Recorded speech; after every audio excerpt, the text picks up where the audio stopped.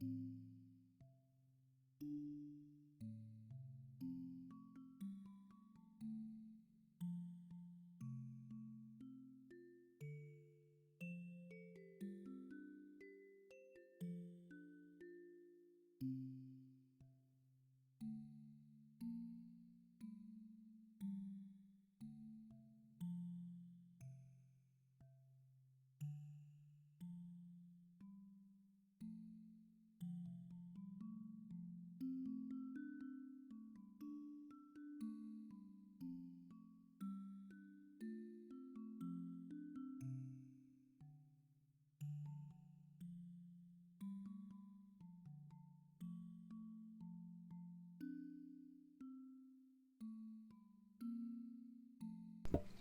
evening. Good evening indeed.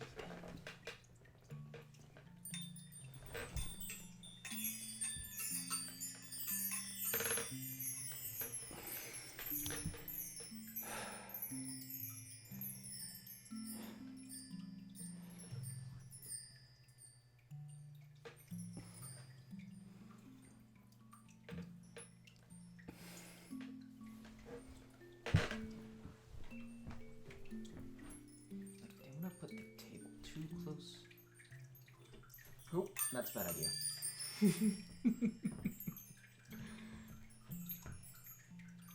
Alright, I'm already messed it up. I'm not gonna mess with it up. Stay.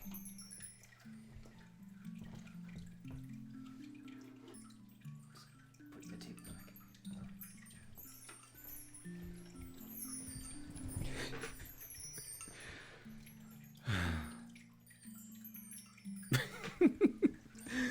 May you be happy. May you be healthy. May you be peaceful. And may you be safe. May everyone watching be happy. May everyone watching be healthy. May everyone watching be peaceful. And may everyone watching be safe. May all things be happy. May all things be healthy. May all things be peaceful. And may all things be safe. I forgot something.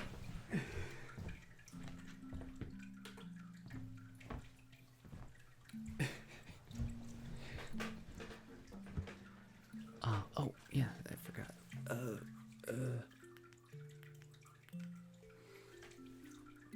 I need to glue the center star back on. But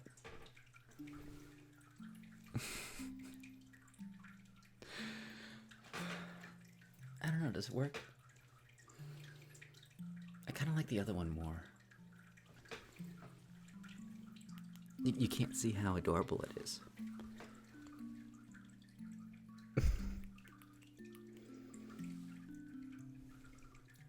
Like, this is more pretty in person. I think I'll go with the Santa one. The Santa one you can actually see. It's like...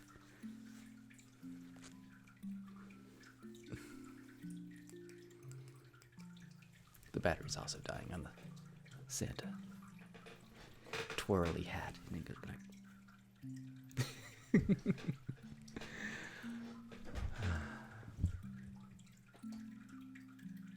We once again have the...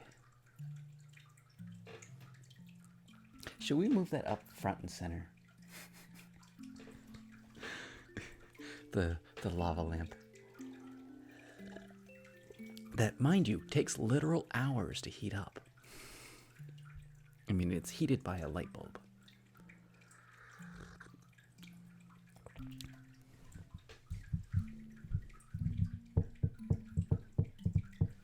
I don't know what I'm doing. I was falling asleep before the show. I have no freaking idea what tonight is. Like, this is day 10. Day 10 of my experiment of every day. Oh my goodness. Okay, I have to plug that back in because I took the extension cord for that to plug that in the other day. I didn't expect to do an orb so quickly. Just give me a minute.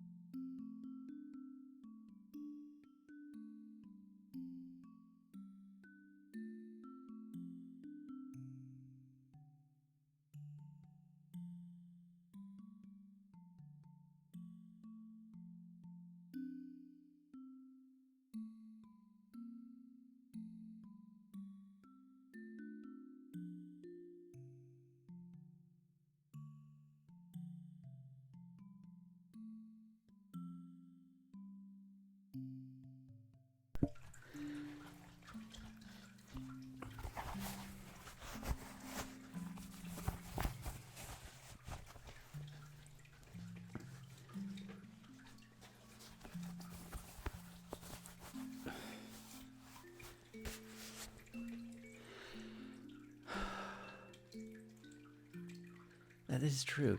One should expect the unexpected. I don't have another one of those books. Okay, so there is a story behind that book because in massage school, I used to like talk to one of my fellow massage mates, massage schoolmates, and I would say those every so often. Like I would just randomly say like "you're a" random phrase of words that's predates ChatGPT. And they would just laugh at it, and it's like, okay, I'm writing these into a book, and it's just a spew of random garbage words. Like, if AI didn't exist back then, you like if it did, you would be like, AI made that, didn't it?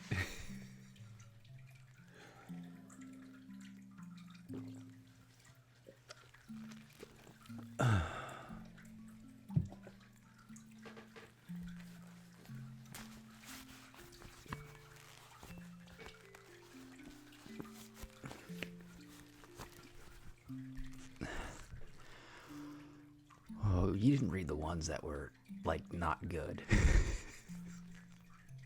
And I'm not saying all the ones I read were good. Those were just the ones that were like stream appropriate. A lot of them were like things a lot of people wouldn't get because they were just references to actors.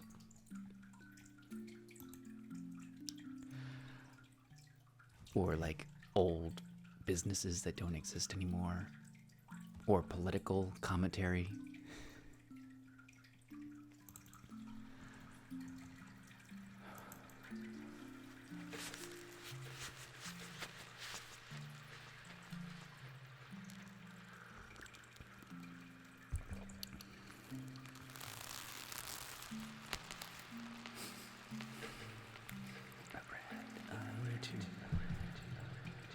Reach behind here and around the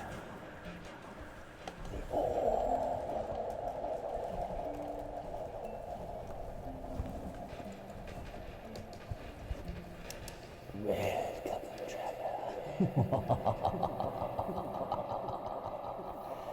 Welcome indeed. I see you have found me at last.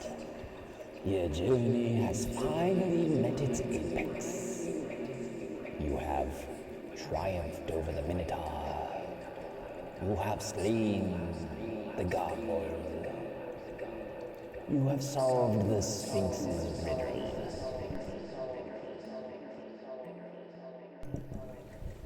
And you have crossed the river Styx with the correct amount of change.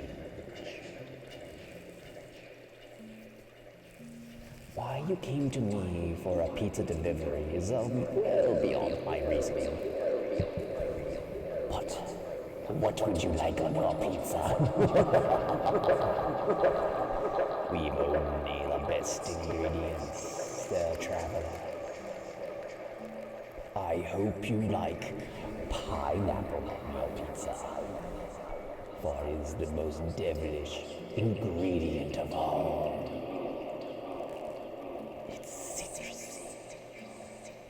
It is the one fruit that when you bite into it, it bites you back. Did you not know that about fresh pineapple? It has an enzyme within it that if you bite into it, it starts to digest you back. This is a real thing. There are plants out there. I believe kiwi is the other one that does this. Fresh pizza, fresh kiwi, fresh pineapple.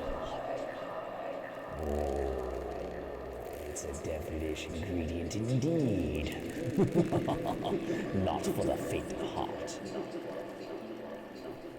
It's hard to say if a man is brave enough to eat something that eats it back. Well, Traveler, what other ingredients do you want on your pizza? On the other side of the river Styx.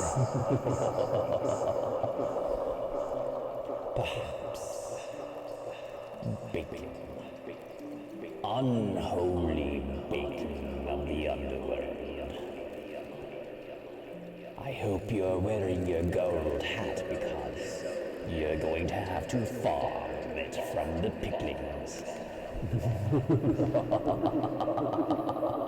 Go and fetch me the pigling underlings. They will not suspect you if you're wearing gold, though. Hopefully you have your helmet of gold.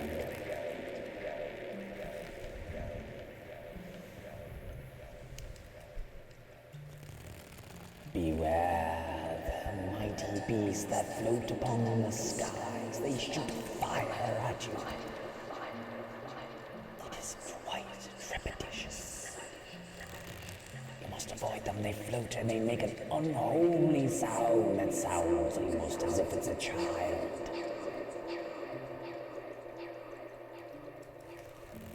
Quite discerning as it shoots fire from its face. Persevere and make it to the pigling village and steal their bacon from their hide. We need it for the pizza. You need to break into the temple as well, traveler. There, we need this special ingredient to light the fires of hell. We will need at least 12 blaze rod. These beings are not to be trifled with. You need a mighty shield to prevent the fire from reaching you. These are magical beasts that spawn out of thin air and spit fire. They are guarded by skeletons that make you weak and hurt your bones. You may think of how does a skeleton find you when it does not have eyes, but it talks to your own skeleton, skelepathically, to find you. It talks to the calcium in your bones. Your bones would like to be free of you, and the other skeletons, they help free that skeleton within you, for it is your brother, it is their brethren that they wish to set free.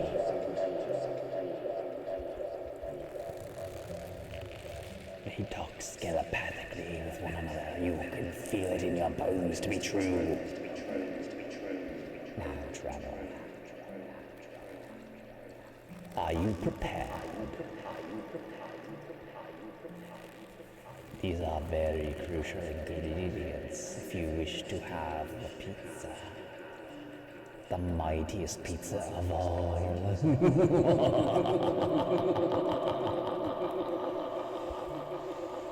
Oh, I wish you very much every luck in all the world, for this is no small task to undertake. Many a man have died. Many have succeeded just as much. For how would you know that this is a pizza shop if you had not known by word of mouth? Why make a trek down this far if my pizza is not legendary? I'm sorry if I said that a little loud. But go, traveler, go. Bring me the ingredients, and I will make you a pizza that is out of this world. As it will literally send you to a parallel world. It is really, really good. Did I just get raided? Did you see that, traveler? We have been raided by mysterious beings from another land. You will have to gather more ingredients to make them a pizza. This pizza is made with pineapple, the most devilish ingredient of all, for it is an ingredient that bites you back. This has been said earlier, but we're saying it for the raiders who don't know this. Pineapple, when you bite into it fresh, it digests you. Did you not know that? That is a real thing.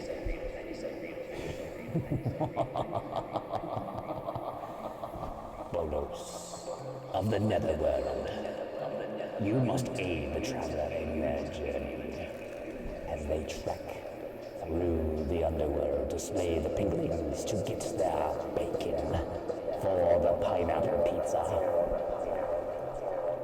where you must trek through the forgotten lost temples to gain the blaze rods to light the fires of the stove that will bake the bread from the wheat you have brought from the overworld.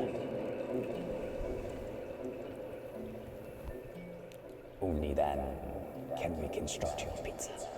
Only then will we have the power to send you to another world.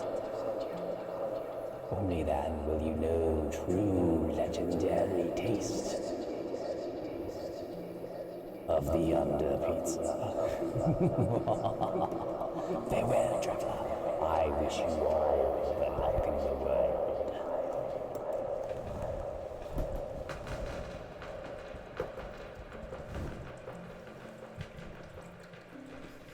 Okay, we were doing a bit.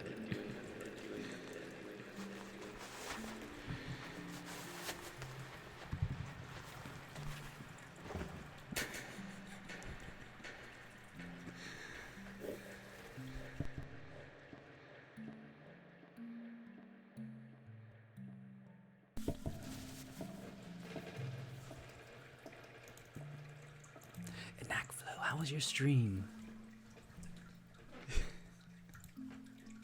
Let me do a shout out to you.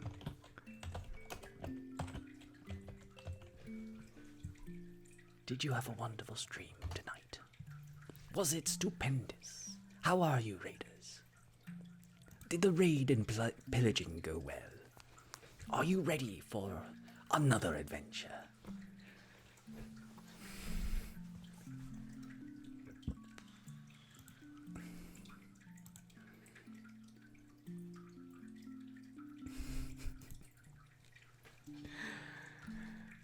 You did enter at the end of an orb reading. Will we ponder the orb for the traveler? I think I have. I do these other little things. No, what was? No, that's not the. What was the command?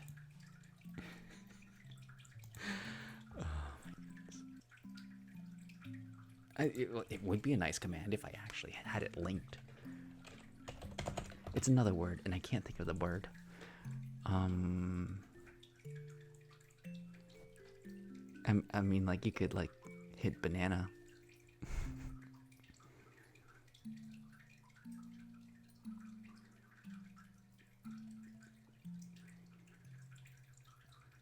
I have too many commands.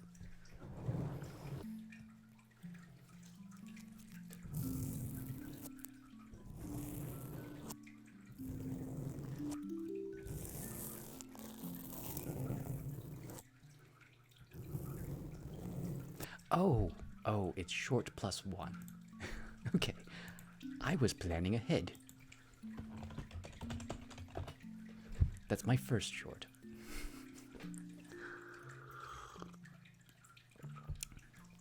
I wasn't wrong, I was just incorrect. Anyways, my name is Lav Lilac. You can call me Lav, and I make weird noises. And then people watch these weird noises.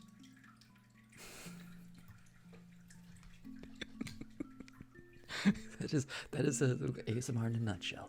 I have a menu of sounds, exclamation point menu, where if you would like to listen to something, you can just ask and I will do it. I have another command called exclamation point ghost, where you can summon a tiny little ghost at the bottom of the screen. And once you have your ghost summoned, you may change its hat. The hat command, plus a number.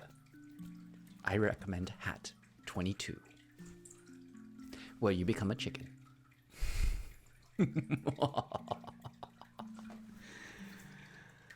Oh, your internet crashed right when you got raided. So you missed all the orb reading. Okay, I'm so sorry. How was your stream, Anak?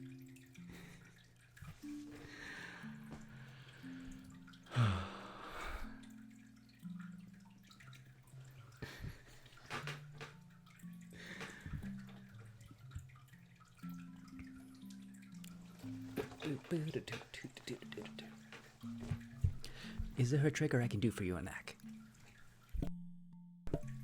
Is there an instrument I may be able to play for you? Is there a little humdrum of a thing I might be able to persuade you with my melody of magics and mystery? That's good to hear, Anak. I am glad you had a terrific stream. Now sit back, relax, clean up your setup, and get ready for bed, because I know you're leaving right away, because it is to say that once you are finished streaming, you want to do anything else. Alright, I'll play some dulcimer.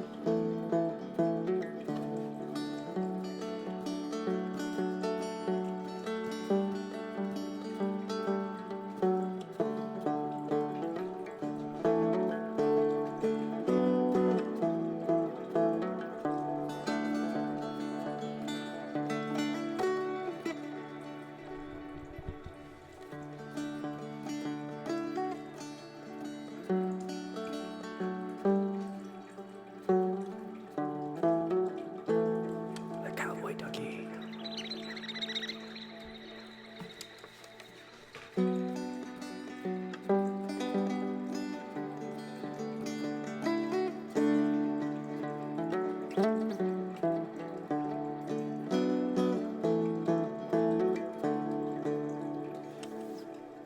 It'd be easier just to type out.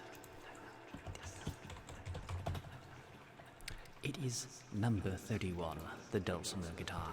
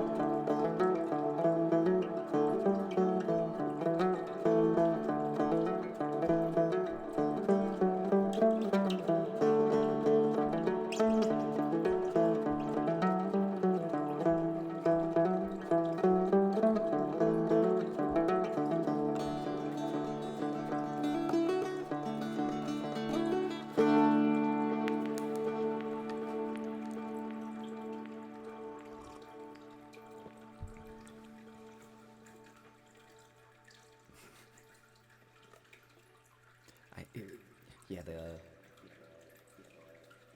the category thing happened out of necessity.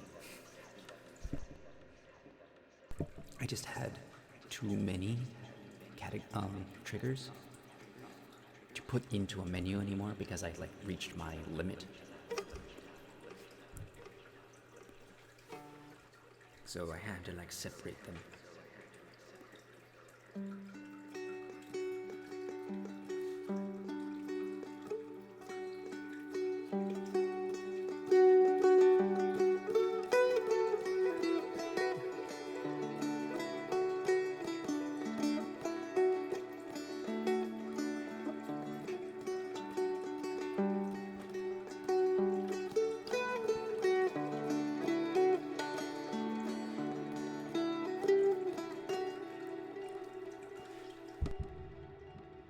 It also really helps people find what they want to look for when it's in categories.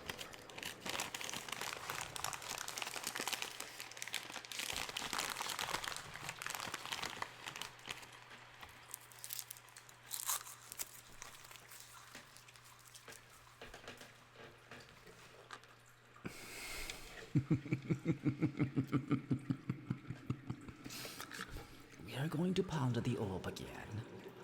I must fetch my gloves.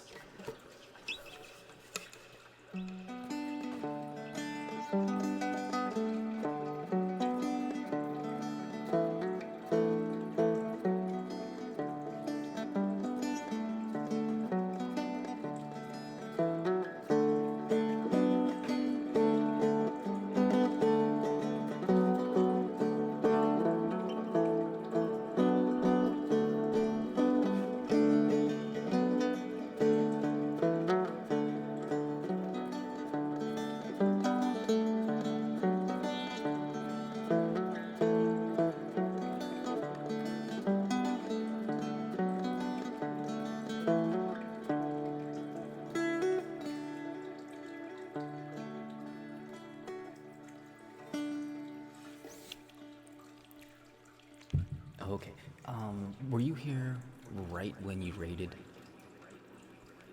That was the orb pondering.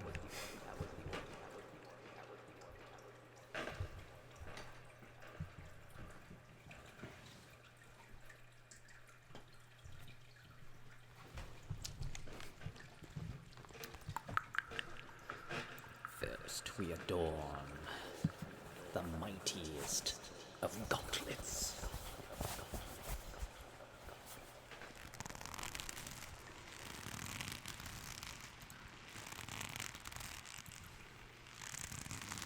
If only you knew the power of the dark side.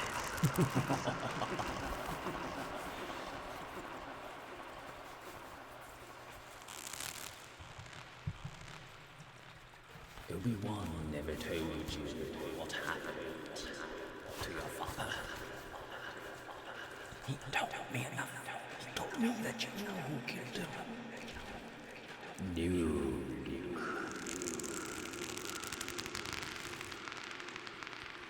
I am your daddy. No, it's impossible. Search your feelings, you know it to be true. Join me, Luke, and we shall rule the universe together as daddy and son.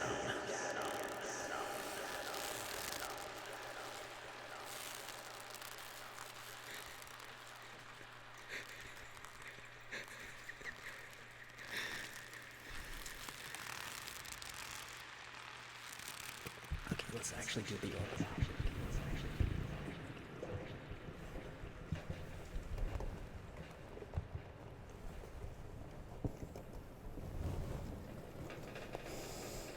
Welcome, traveler.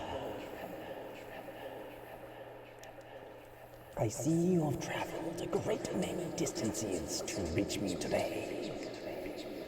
Upon this festive evening, unfortunately, we are in quite a pickle now. It seems our mayor has been kidnapped by a beast most foul. He was singing, of all things. Singing as merrily as anyone else around this town this time of year. But this guest was no guest at all. He seemed entranced, as if he had never seen a town before that had such lights within it. Such festivities seemed like a foreign mystery to him. He would look at something and say, "What is this? What is this?" He was so mystified beyond reason that he lost all sense of his mind. He ran across the town, creating havoc, screaming, "What is this?" He then took our mayor with him. Our mayor, all clad in red. He was getting ready for the festivities, the biggest celebration of the year. We must have our mayor back, traveler. Are you up to the task? This is no earthly beast that we must subdue, no earthly being, for he seemed already dead. Animated past, his life has expired. No mere ghoul this one was. He seemed to be a lord of sorts, more powerful to penetrate our defenses, for we have many a strong charm to keep the liches at bay. For this is no mere lich of his own. No, this man, he was a lord indeed.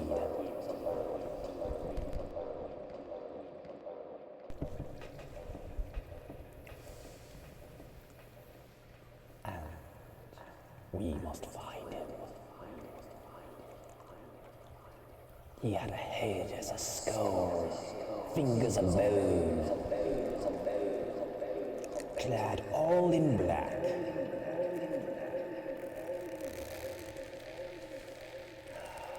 If only we knew his name, we might inquire. Yes, it was a nightmare before the festivities. That's what it felt like.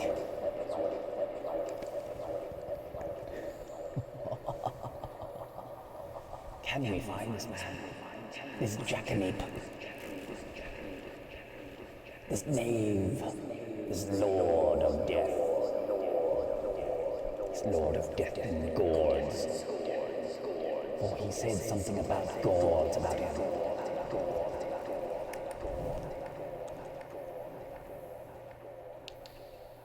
He frolicked away in the night. We must have our man back. Our mayor dressed in red. From the Gold King. The king of all gourds.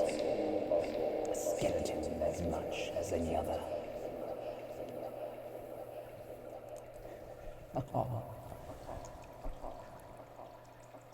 If you are able, if you are willing, if you are brave enough to trespass upon his lands, for he is in his own domain, you must trek there. There are mighty beasts of pure nightmare that insane men would lose their minds at the sight of. Witches are brewing, constructs are moving, tapestries are moving, are blowing through the wind in the mighty castles upon his land. The land of spooks and ghouls and goblins, and treats alike. It is quite a fright. Are you able to withstand that kind of a night? Well, traveler, are you brave? The reward is more than enough. As to bring our mayor back is to bring joy to the world as it stands for. He is a charitable man, our mayor, giving trinkets and pleasures to all the people of the land who were good throughout their year. He is a noble man, our mayor. Not a blot on his soul, that one. Many a man has been envious of him, but have forgiven that enviousness for his great generosity. He does host a slave laborer. We call it slave. They are volunteers. Yet he works them all year round. Is a man with a belly of a laugh, so rich and joyous, and terrifying all the same.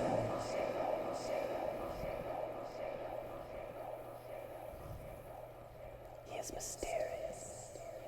In his own right, can fly through the sky among a chariot of forest creatures, as if he was plowing through the snow among the sleigh. Well, traveler, can you save our mayor?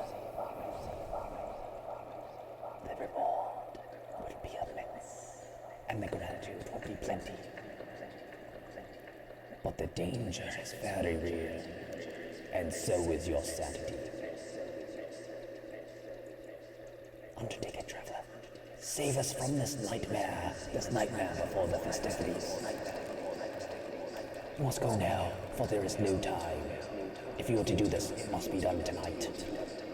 Goodbye, traveler. I wish you all the luck in the world. Goodbye.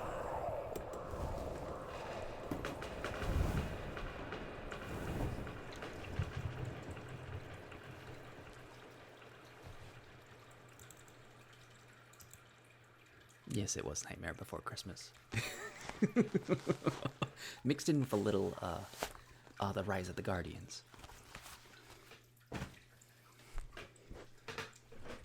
Because, like, I like the Santa Claus in The Rise of the Guardians because he's a man who wields a saber. A man not to be trifled with.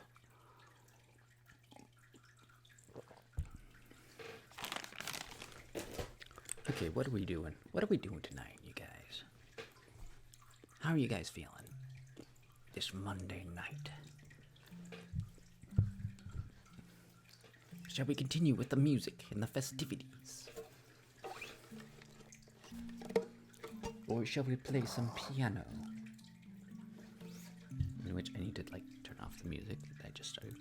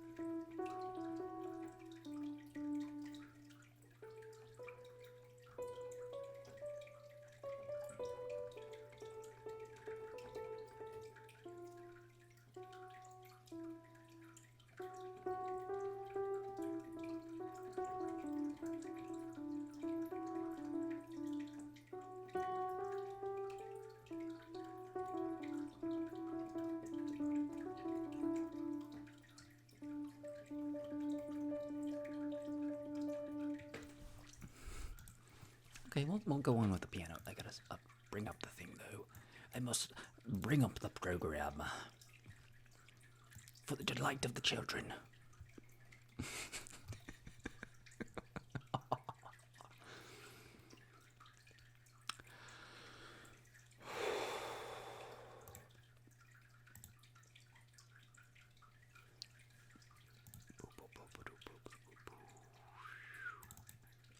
Good night, Nak. Flo, thank you so much for the raid earlier. I wish you all the rest in the world.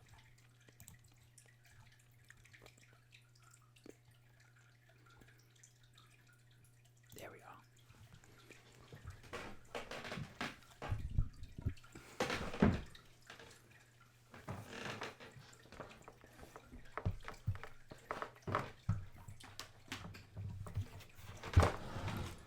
Goodness, there's so many things in my way.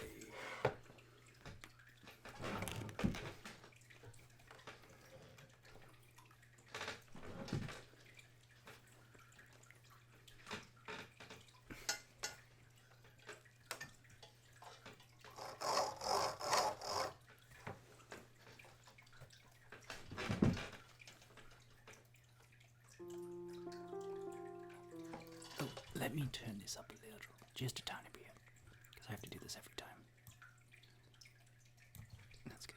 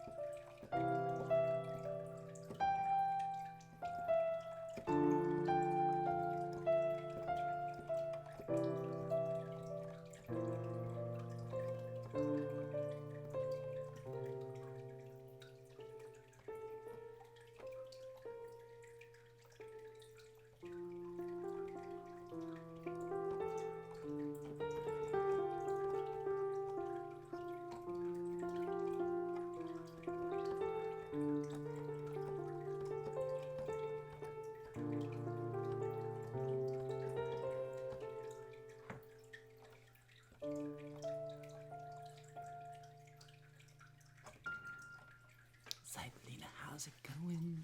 Silent Bob, how are you tonight?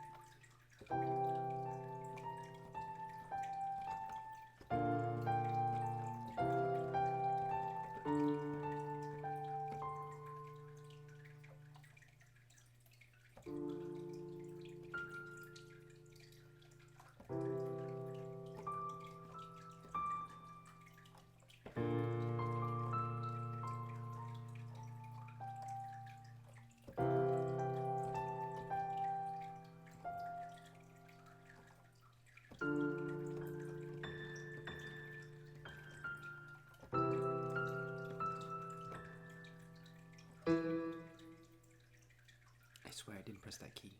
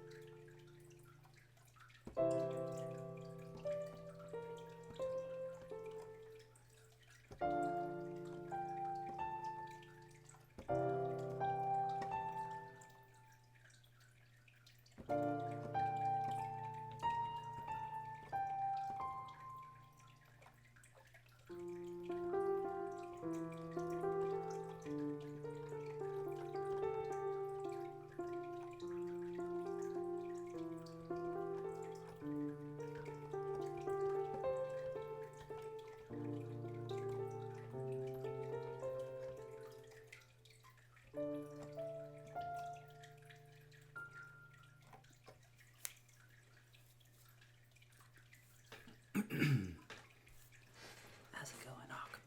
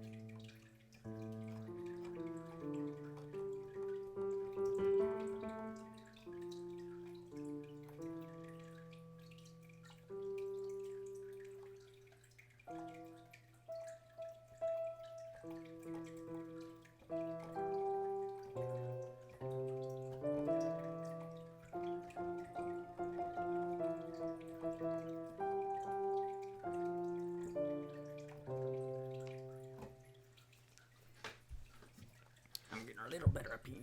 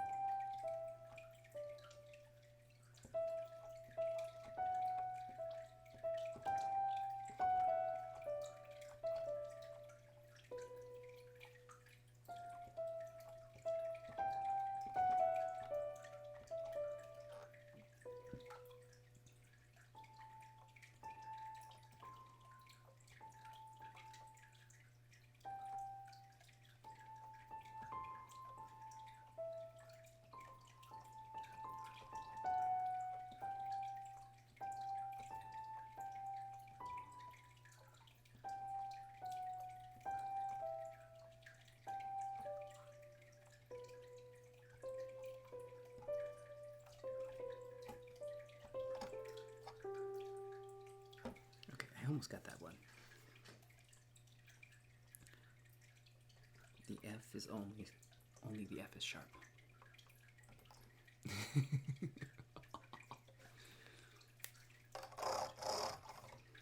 Da, da, da, da, da, da.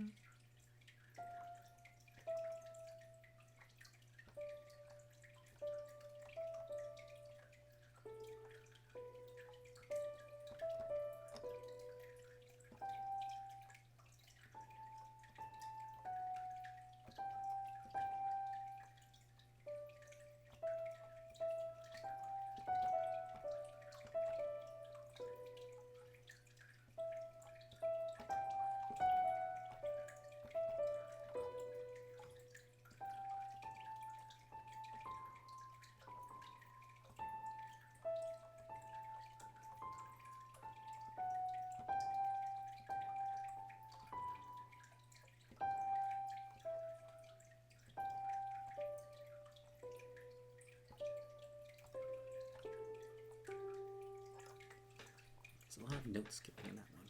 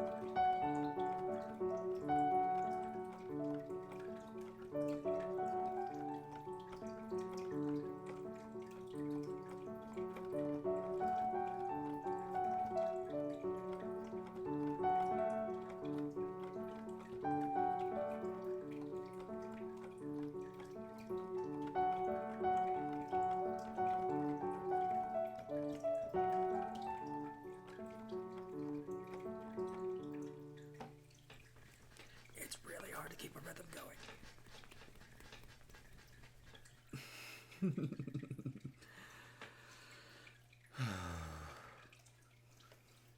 getting better though.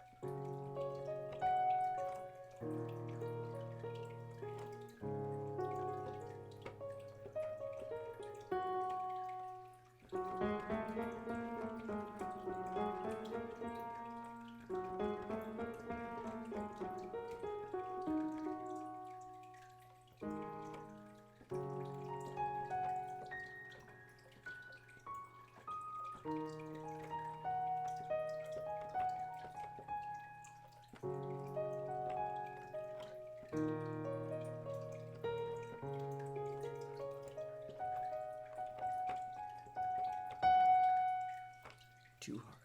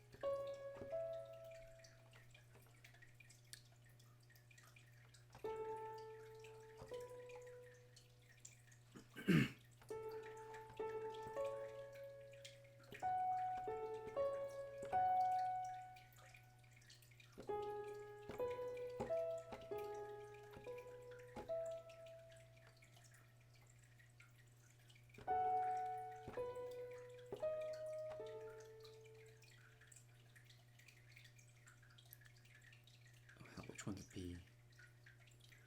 That's such a stretch. I hate that.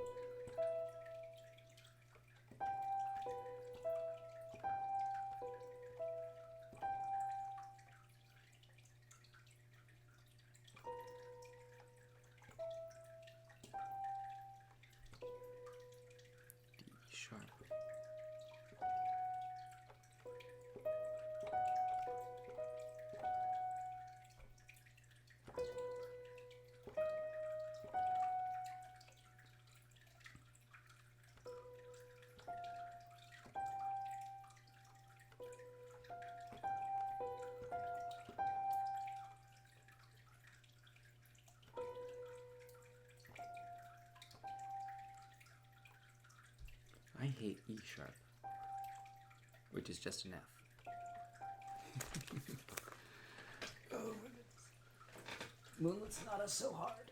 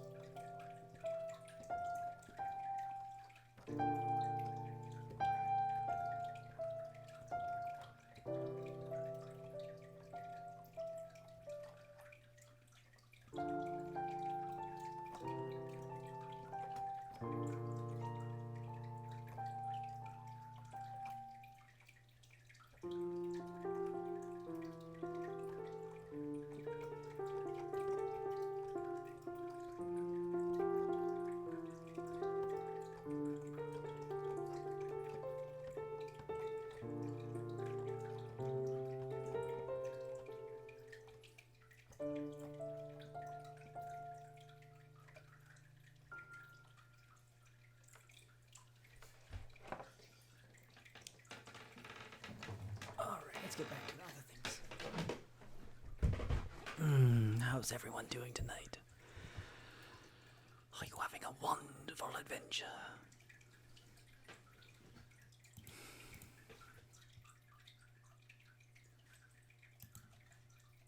Winding down, relaxing. That's very, very good to hear on this fine festivities evening.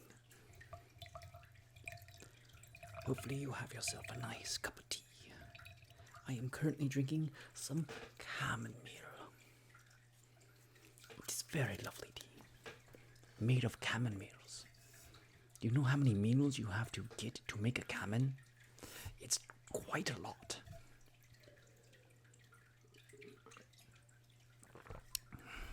First you have to grow the myrrh, then you grind it down to a chamomile, and then you distill it into its essence, and then you flow it out into a brew of cup of tea. Then you have your chamomile in myrrh tea.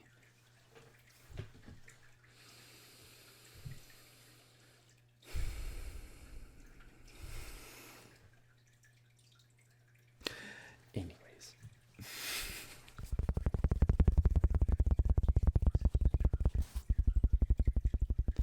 I don't drink Earl Grey. If I drink any black tea, it's gonna be Yorkshire Gold. Yorkshire Gold. I really like that tea a lot. Otherwise, it's green tea or licorice tea, throat coat. Because I need a lot of throat coat because I sing a lot on this channel. And then there's times that I talk a lot, such as when I read a book for your enjoyment.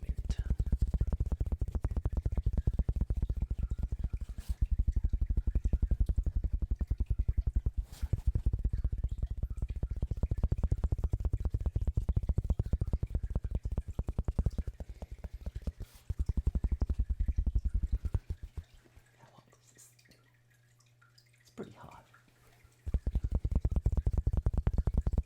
This might also help heat this room.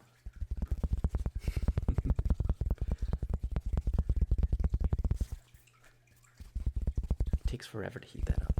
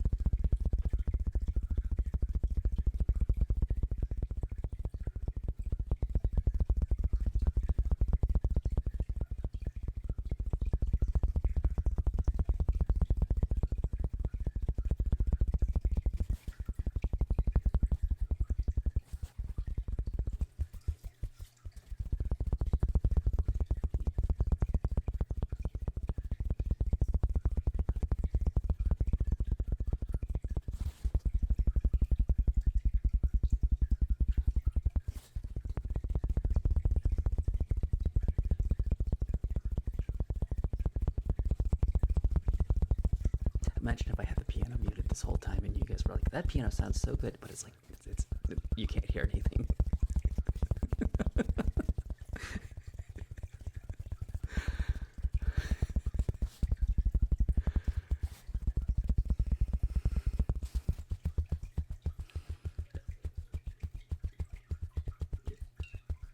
Only I get to enjoy the piano music. It's not for you. You get to see me play the piano, but you don't get to hear it.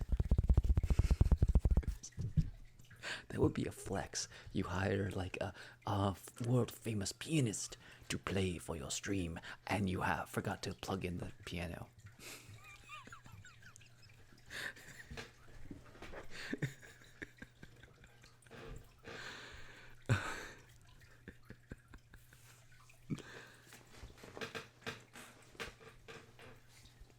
World renowned.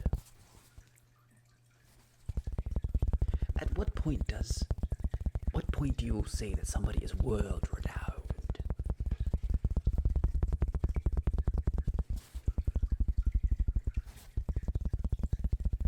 Is a musician with 3 viewers per hour world renowned if they all live in different parts of the world?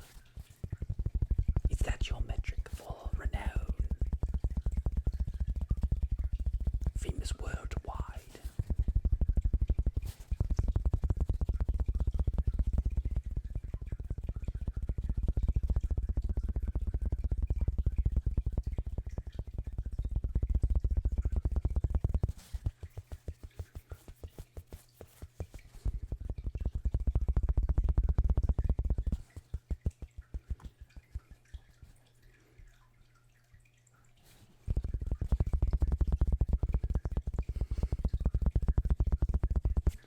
I do not.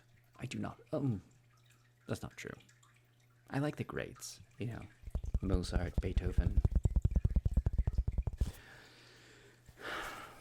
Who else is a pianist that I know? Who did Four Seasons? I can't think of his name right now. Like Vivaldi. I used to like the one season that everyone listens to. I think it's Spring.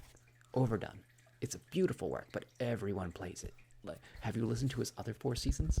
Like the other 3 seasons of his 4 seasons? He's got some nice works.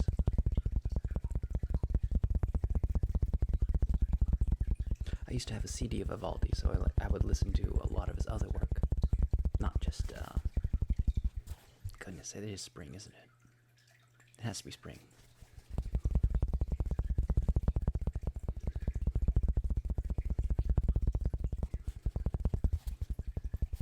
Beethoven had some of the most renowned music of all time. He made Ode Joy, which you hear all the freaking time. And like, I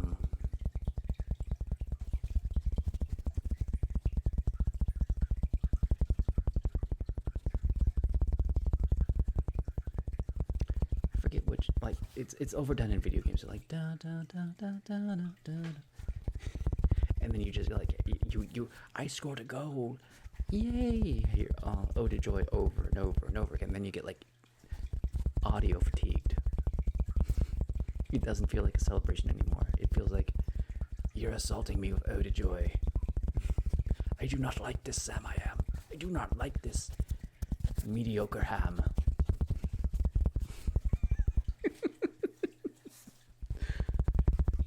Fun thing about Dr. Seuss, he got challenged to make Green Eggs and Ham. Like, I bet you can't write a book in under X many words. You can only use like 100 words or something like that. And he did it. He'd make Green Eggs and Ham. And he looked at all the words that little kids knew.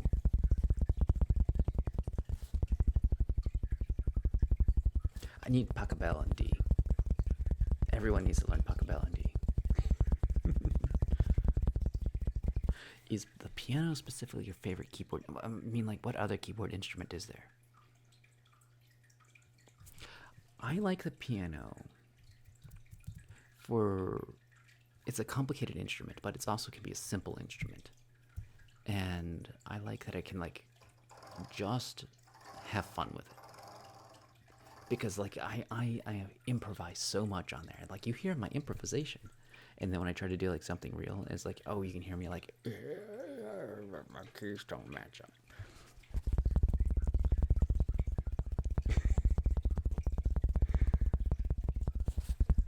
"1812 Overture." I love 1812 Overture.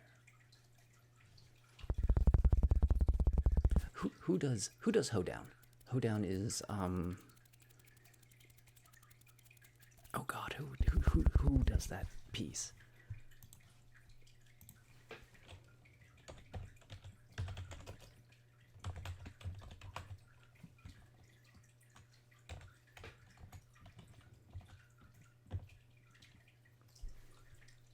Rodeo Hoedown, sung by Aaron Copland. Copland has a lot of wonderful music.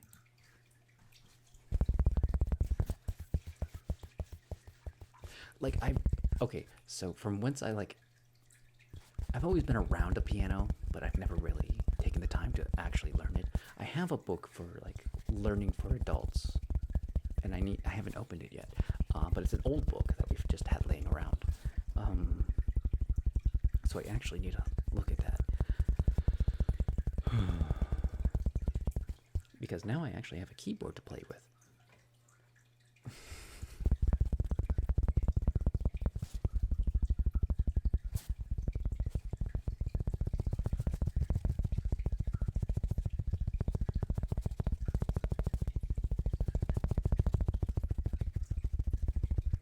But like a lot of the things that I've been doing are great ways to practice too, because you practice holding a rhythm with one hand while playing something else with the other.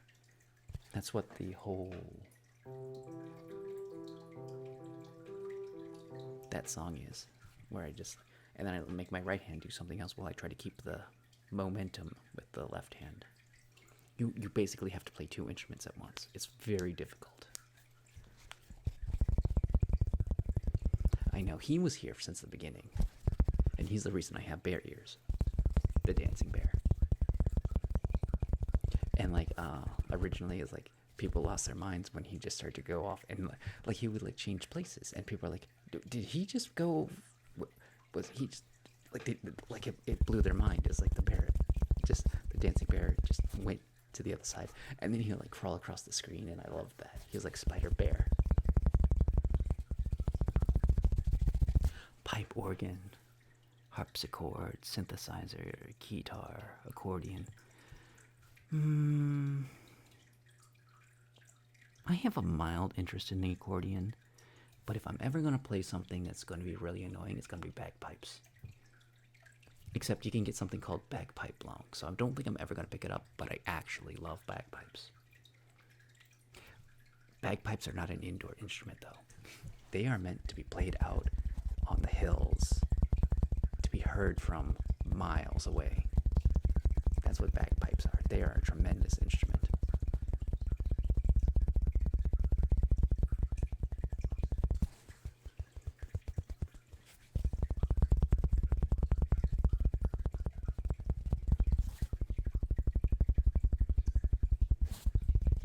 It's that little bit of Scottish in me that wishes to hear the bagpipes once more.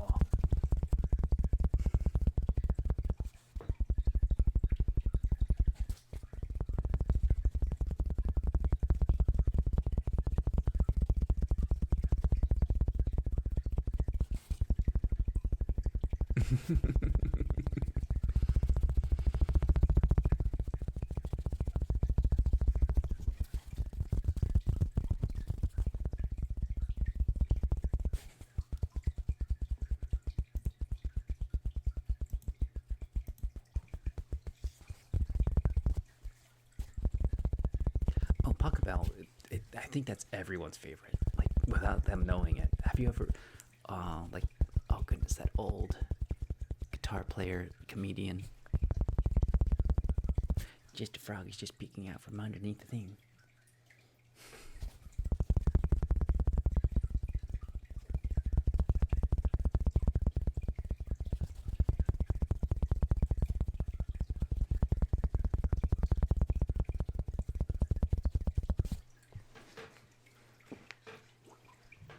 Leah, have you never seen a keytar? No, if between a keytar and a theremin, I would choose the theremin. I want to play a theremin. That is the only instrument that you play by not touching it.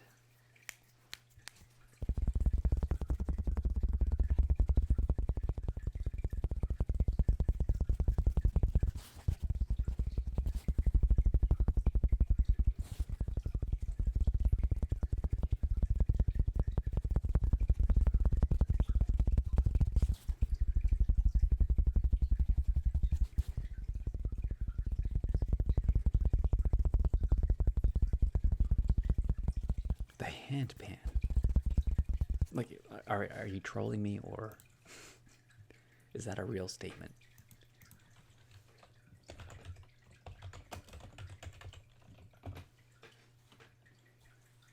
Oh, okay. I was like, okay, a handpan. I see what a handpan is now.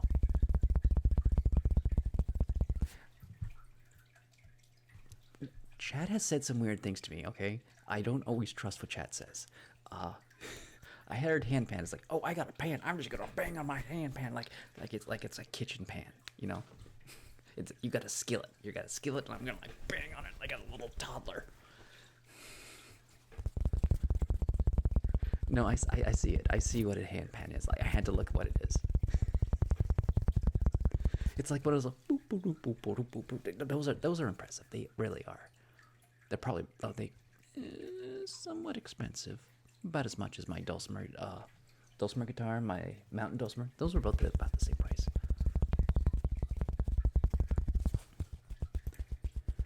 I low-key wish they made a higher-end dulcimer guitar. But I don't know what a higher end would sound like.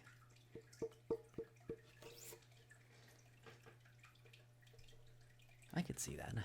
The rain handpans. Has Nibbles.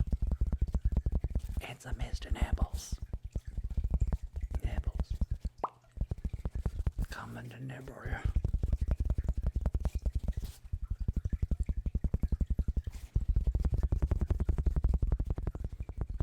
What you want to listen to, Nibbles?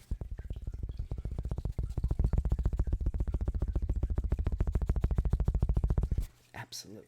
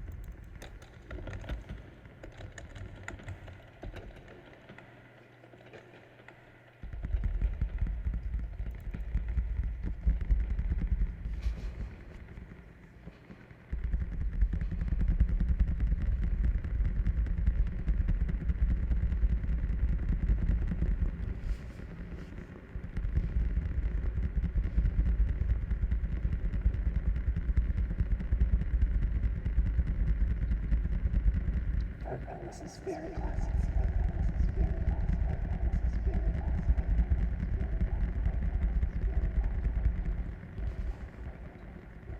You absolutely win the banana prize,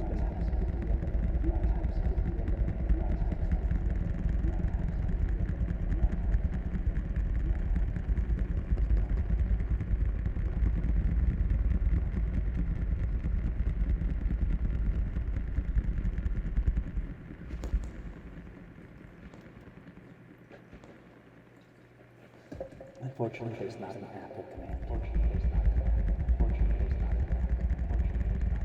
By the app, I have to say it's properly. It's an abstract feeling of accomplishment. It's not something you can hold. That is the banana prize. And if you have a banana, then you have the prize. If you do not, then I'm afraid you do not have that sense of accomplishment of having the banana prize.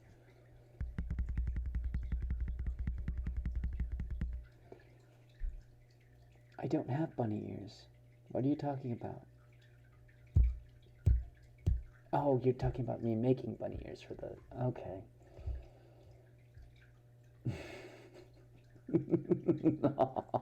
Best ASMR World Tour. I am actually up for ASMR Man of the Year for 2025. That's a real thing. If you wish to vote, you may go do so now. I do not have the link because I don't actually anticipate winning.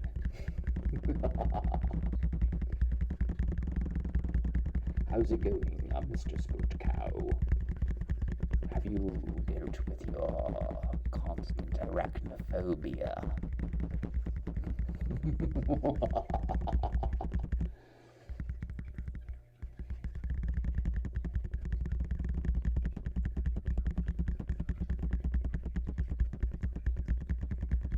I need to make an introduction video. I didn't know I needed to do that. I have to figure out how to do that, how to submit it, and okay. I have an idea of what I'm going to do for my introduction video. I've never made an introduction video before.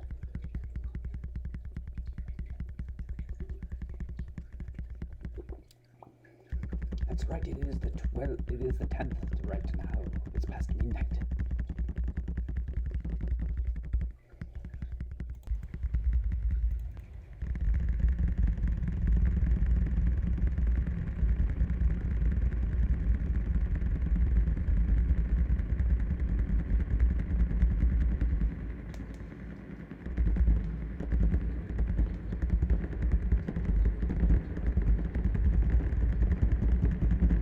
Must hurry and make my introduction.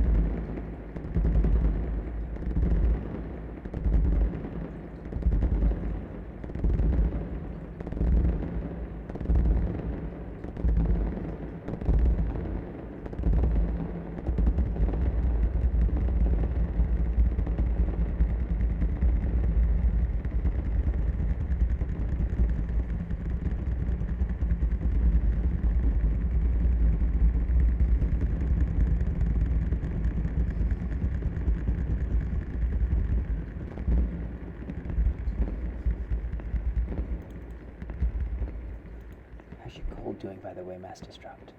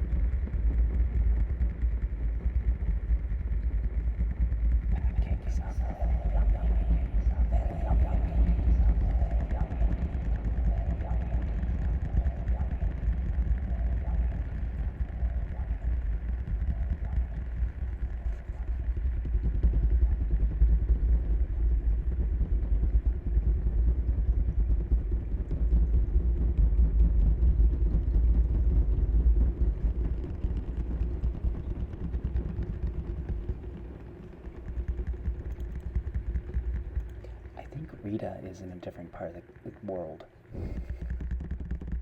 I forget where exactly.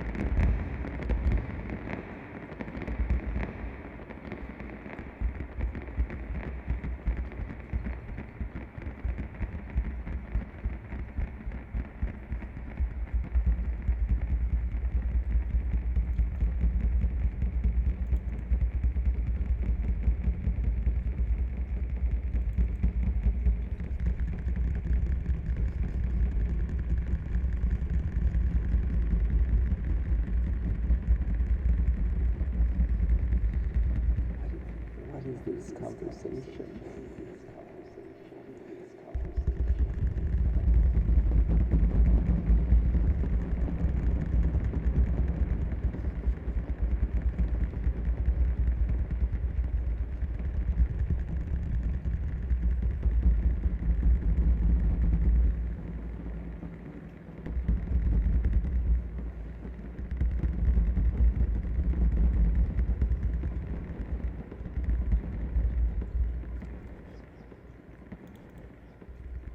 I know I did. I did make this comment. Like, I made this community. Just keep it cartoon level.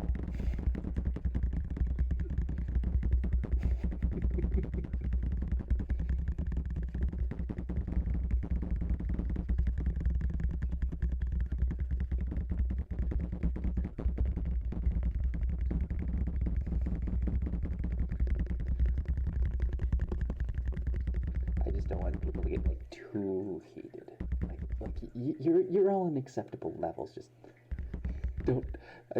I'm just worried about anybody taking this too seriously. That's all. If this gets too serious, remember there's exclamation point stop. I'm just saying that, like, you know, when you're like, okay, this has gotten too real. We have that ability. We can stop the conversation if it gets too much.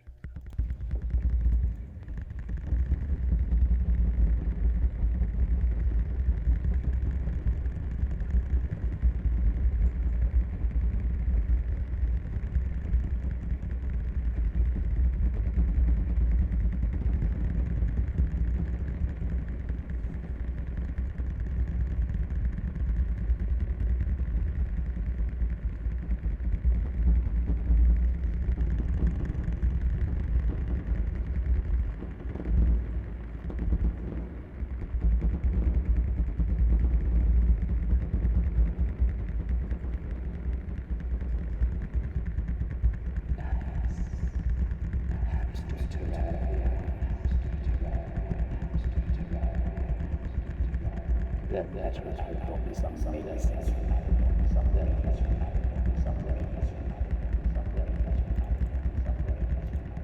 Heavy metal artist. Hamster terrarium.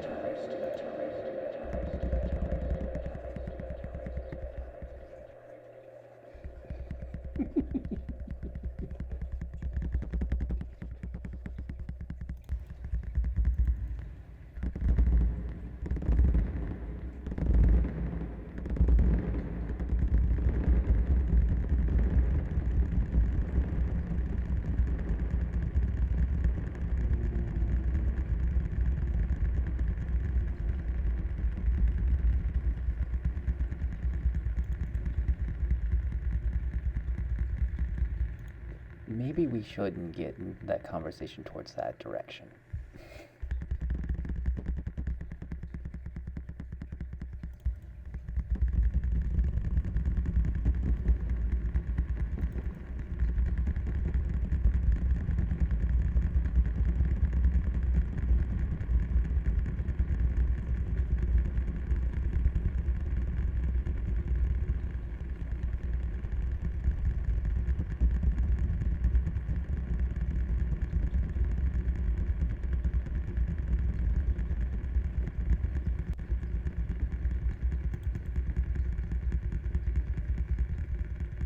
I mean, clearly he's a genetically modified snail.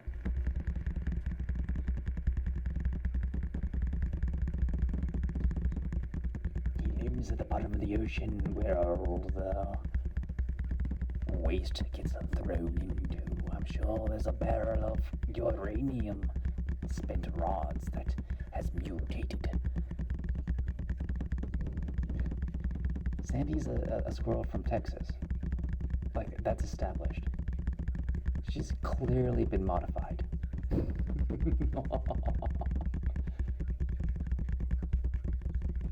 And if you're wondering how they can go swimming at the beach,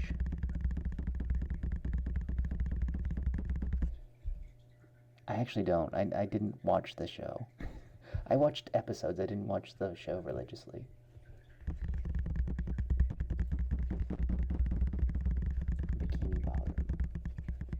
Why was... Okay, what?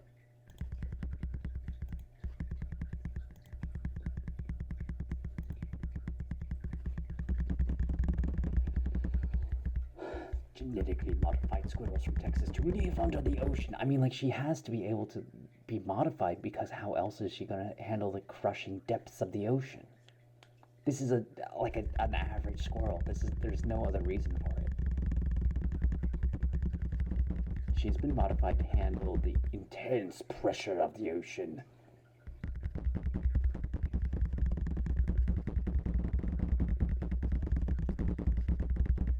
Not exactly a traffic cone, just a cone.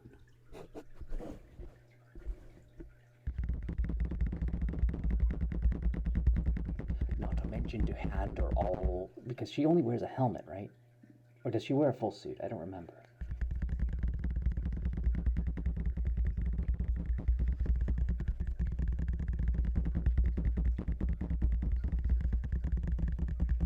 Okay, she wears a full suit. Okay, so that would help her with the moisture.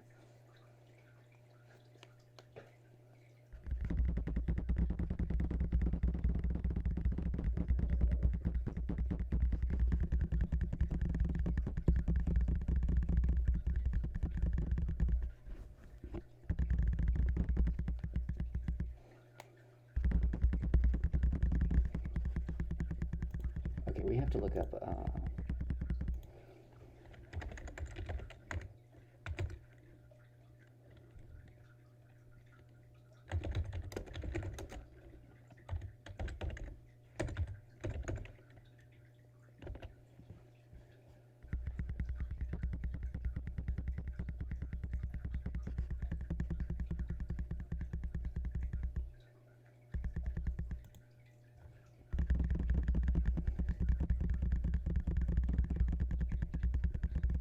Okay, that's not what I meant by controversies.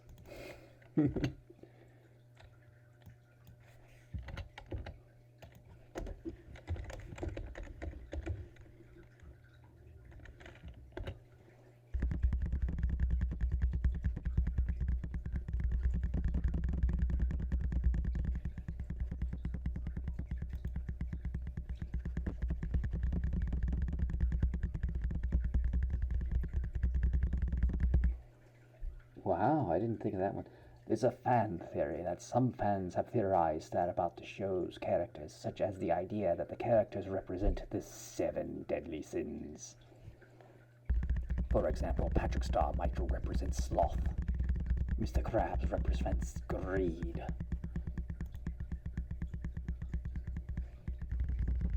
Oh, that's on the wiki.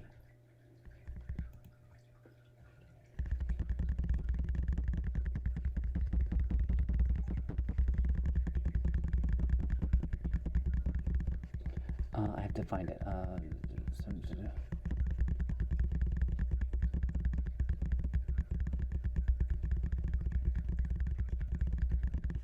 It only ends there. Like, Patrick Star being sloth, Mr. Crab being greed.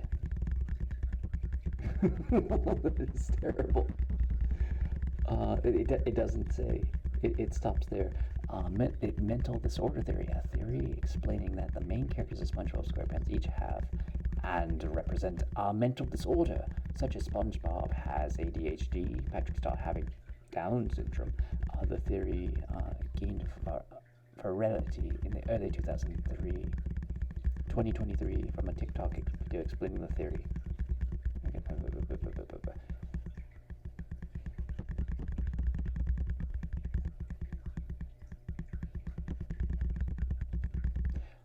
Bikini Bottom is a fictional city in SpongeBob SquarePants that is set below Bikini Atoll.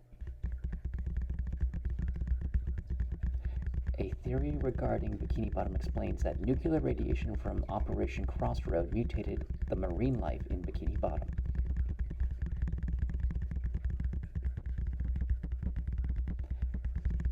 I thought it was just because he adopted his daughter.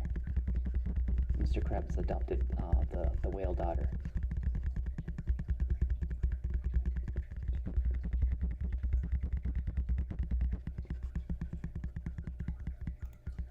Okay, let me try.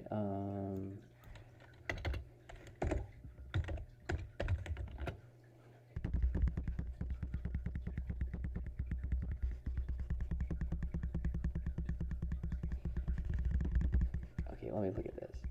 Hopefully this doesn't make, should I look at the wiki first? No, that was literally what I was just looking at.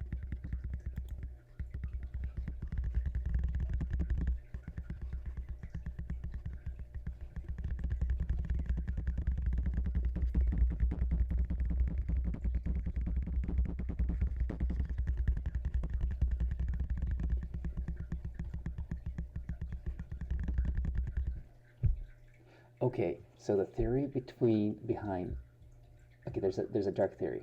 Mr. Krabs adopted Pearl after her parents were killed by whalers.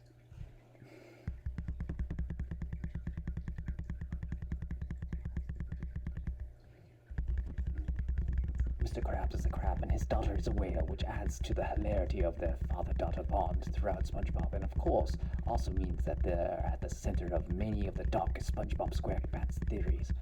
Mr. Krabs is greedy, but as a single dad, he gives his only child everything she desires. Reddit user, someone I don't want to say, has one of the most unique SpongeBob theories about how the two are related. Mr. Krabs was Pearl's godfather to a friendship with her whale parents, and they died in a whaling tragedy, giving him custody. The theory makes better sense due to their biological differences. However, this is one theory that won't likely be proven, because the animator said that before he died, SpongeBob creator said that he was against revealing how Pearl joined Mr. Krabs' family, so the story is put on hold indefinitely.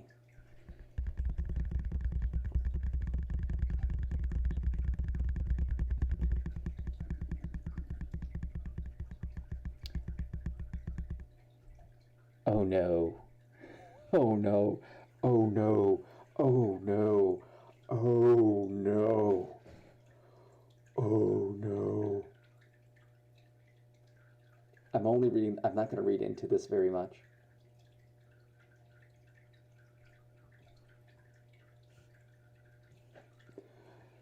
Mr. Krabs is raising Pearl for slaughter because the whale meets the secret ingredient in the... Oh no.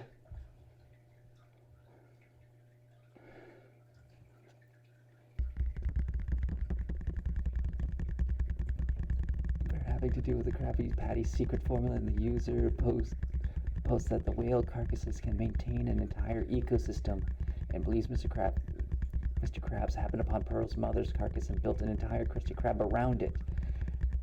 Using it in the secret formula and adopting Pearl in the process, the Pearl is being raised for slaughter to make Krabby Patties. Oh no. Did I just get raided?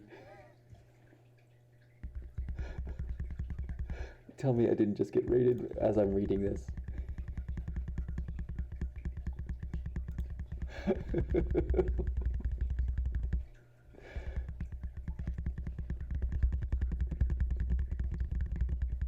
Okay, I'm glad. I was a little scared.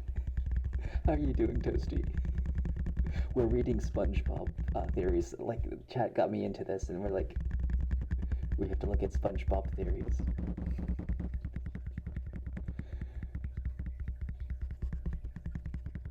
Okay, fan theory number 13. Patrick has antisocial personality disorder. We kind of talked about that.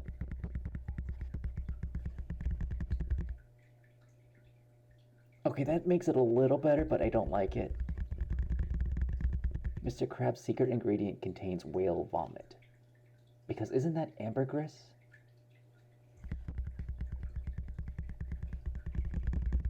I forget what ambergris is. Like, it's super, super valuable and used for perfumes, I believe. I was reading. I probably wouldn't have known if I got raided. But new Turning Back Now has an interesting theory concerning Mr. Krabs' whale barfs. I believe in the real world, barf is worth a lot. However, we know that this industry does not exist in Bikini Bottom. The secret ingredient is whale barf. Everything makes sense.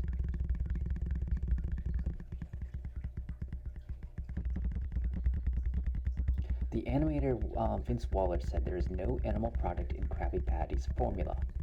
But would that include whale barf? Chopper's likely backstory will never be revealed in the cartoon, and it is not likely that this theory will be revealed either. It's a strange theory, but no stranger than any other that happens on the show.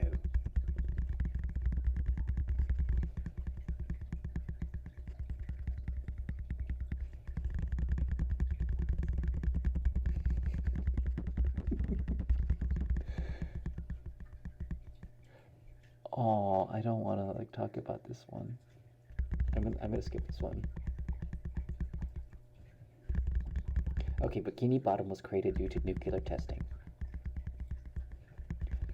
Another one of the more popular SpongeBob theories came from someone suggesting that it was under an island, Bikini Atoll, which was not only where nuclear weapons were tested, but also what Bikini swimsuits was named after. Oh, I learned a thing. The actual bottom of Bikini Atoll on the Marshall Island, where the U.S. government conducted 23 nuclear tests during the Cold War, making SpongeBob and his aquatic friends subject to nuclear radiation exposure. Alternatively, they could have been people previously working on the nuclear plant, now turned into aquatic mutations. Alternatively, they could be people previously working on nuclear plants, now turned into aquatic mutations, thus explaining the modern letter system and attire for those supposed creatures cut from the real world. This is a theory that holds weight, as there were bombs set on underwater at Bikini Atoll, and when the episode shows explosions, they are the same shape as a nuclear explosion. The series has never mentioned it, but it is likely as any other explanation for their existence.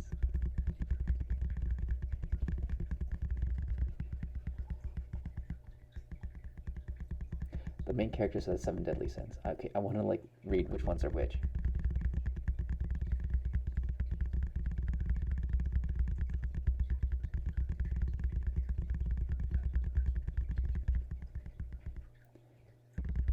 Greed for Mr. Krabs, envy for Plankton. Ooh, that makes sense. Sloth for Gary, pride for Sandy, wrath for Squidward, gluttony for Patrick, and lust for SpongeBob. Why is SpongeBob lust?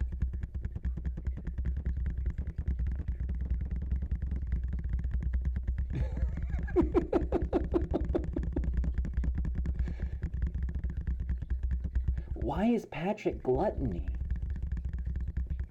Why is he not sloth? That doesn't make any sense.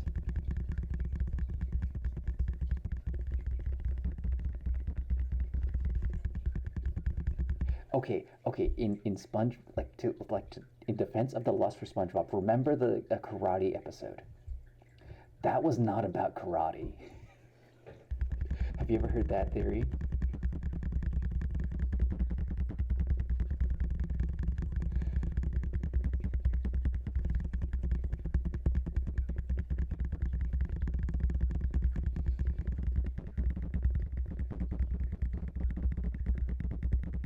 Did edit their posts so that Patrick was sloth instead of Gary. That makes more sense. So then who was sloth? Or who was gluttony? You know, of all the people, I think it's the guy who screams chocolate. The guy who screams chocolate is gluttony.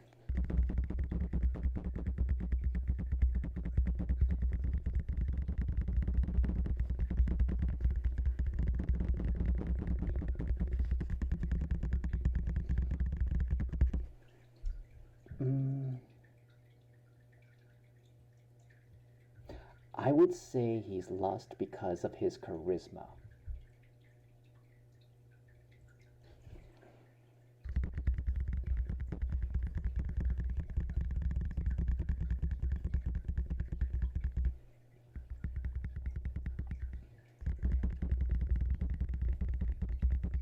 Okay, Squidward has been... Okay, fan theory number 8. Squidward had been placed as a caretaker for SpongeBob by his rich parents.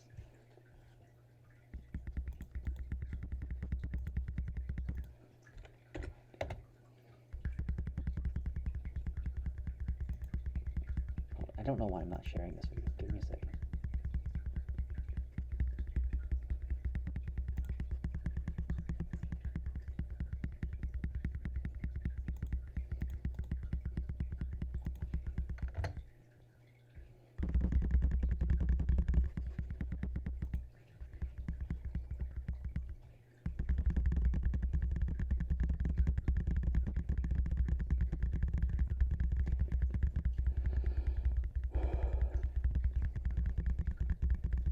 Because of SpongeBob's lapse in judgment, Squidward and SpongeBob's parents have an understanding.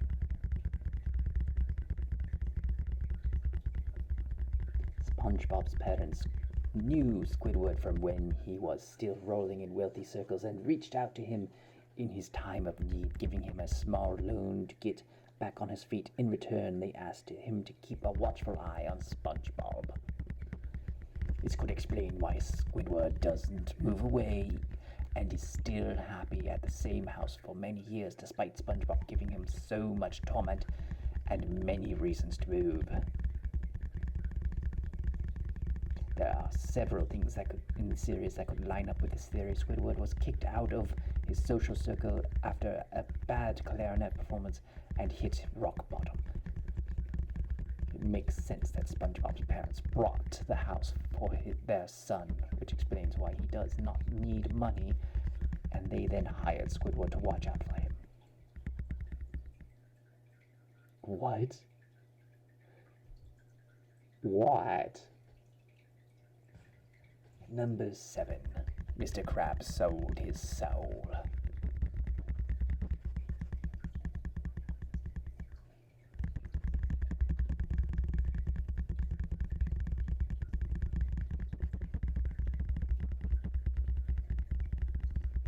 Mr. Krabs sold his soul for supernatural powers. That's not what I thought was coming. Citing season 5 installment Money Talks, in which Mr. Krabs sells his soul to the Flying Dutchman to be able to talk to money.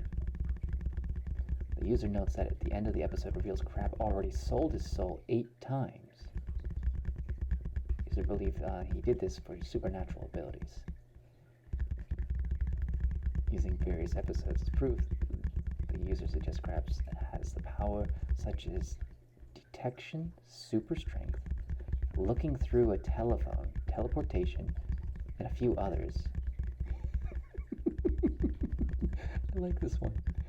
He could have even used his supernatural powers to develop the Krusty Krab formula as a success, which put his restaurant already above Plankton's. The show already admitted he sold his soul, so the theory is true, but what Krabs gained in exchange for it is what the fans still have to decide for themselves.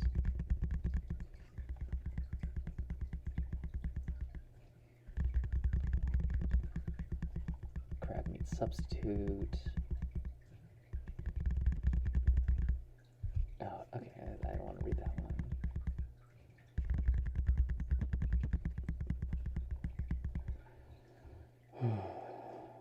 Every character has mental illness. We talked about that. Okay, I think I'm done with this.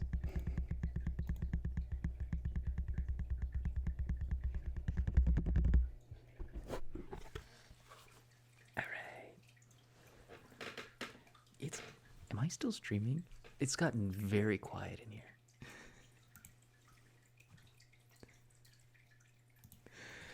Like everyone was super active and now it's like dead silent.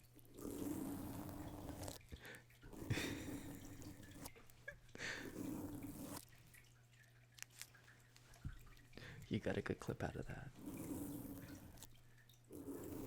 I need to fix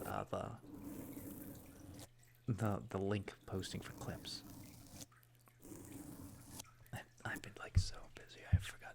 I was lifting heavy wood today. We were splitting wood for the fireplace.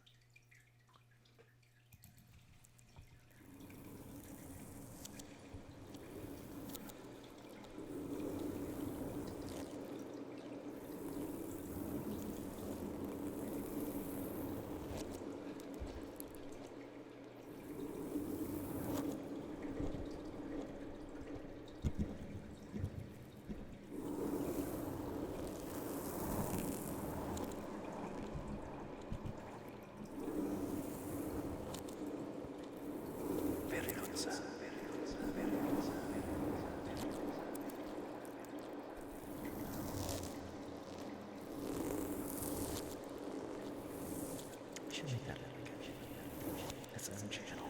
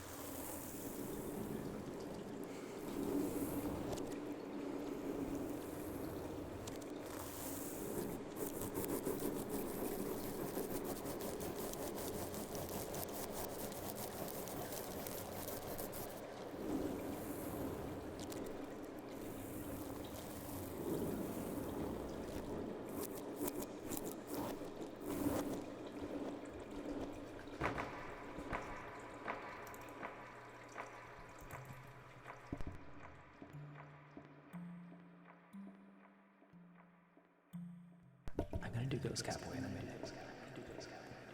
I'm gonna be right back.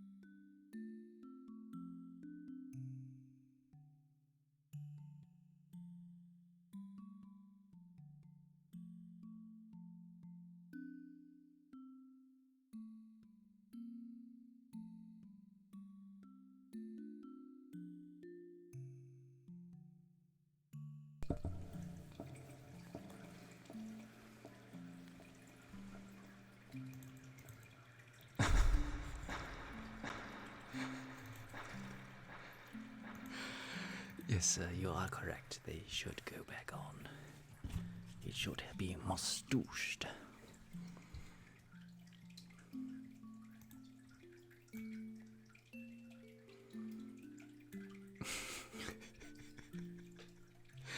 I don't know. Where should the moustached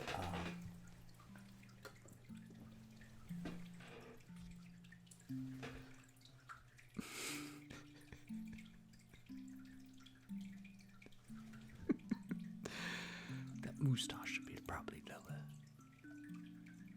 About there, probably.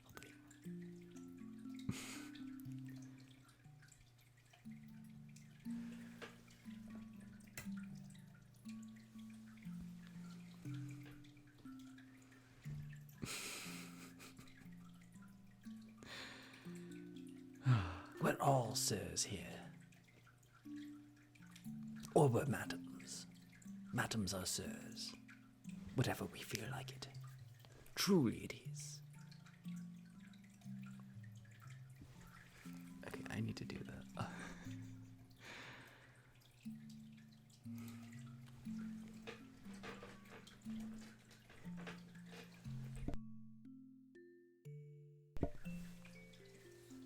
This one I need to turn off.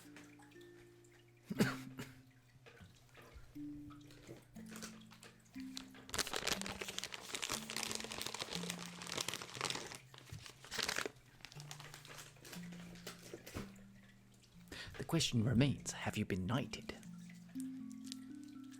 Because if you have been knighted, then you are most definitely a sir.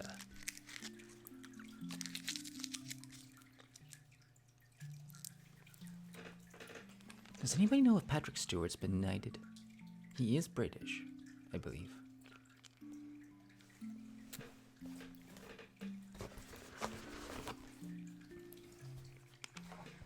Terry Pratchett was knighted. He was Sir Terry Pratchett.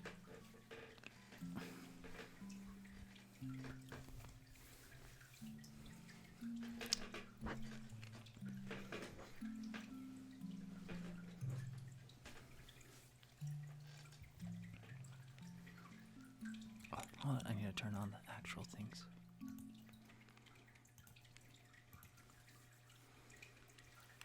Elton John was knighted. He's Sir Elton John.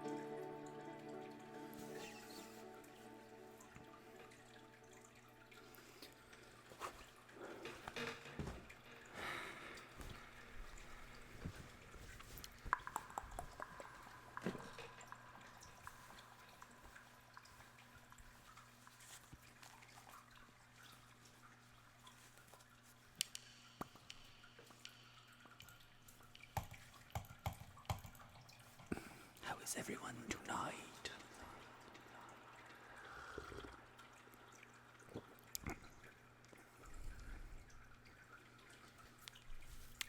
Snow responded to me telling an hour ago how, and I just saw it. They were getting us on because they said a few of them owe the money apparently they bet on. When we started, wait, what? Did I walk in at the end of a conversation with Lexi? What just happened? Someone's betting on you for dating somebody? That's weird.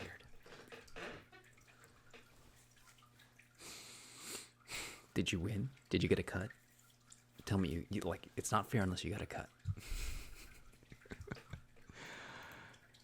Oh, I have to turn that off then.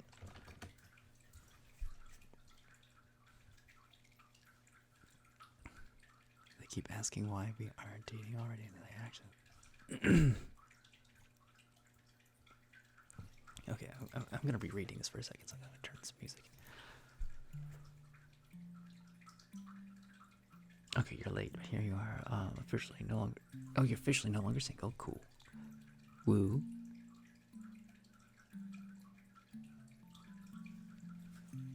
Oh, your D&D group was betting on you. Okay.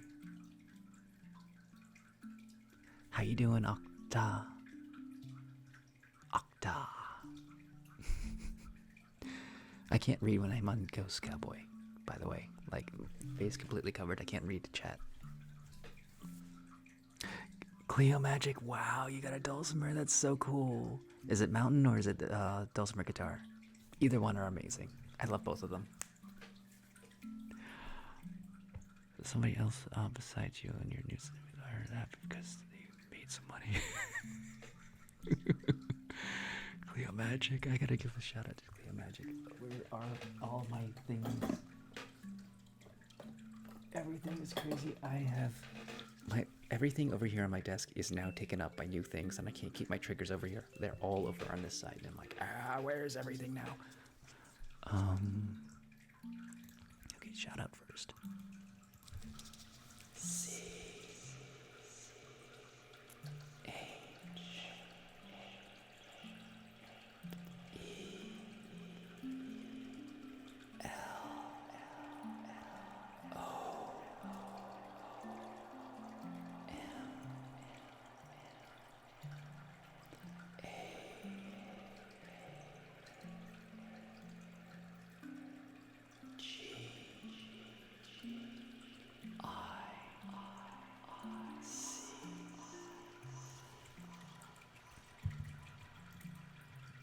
If you're trying to post a clip, I know it's a problem. I'm going to fix it. It's on my list of things I need to do. There was somebody else who subbed.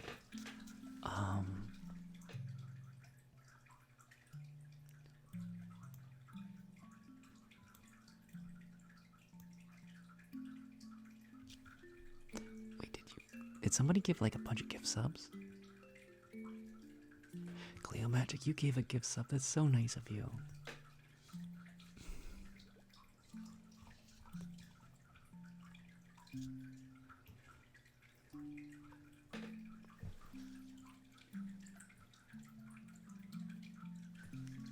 Okay, you can post the clips in my Discord right now, so if you really want to share it, you can do it in there. My chat's just being stupid. Well, Nightbot is being stupid.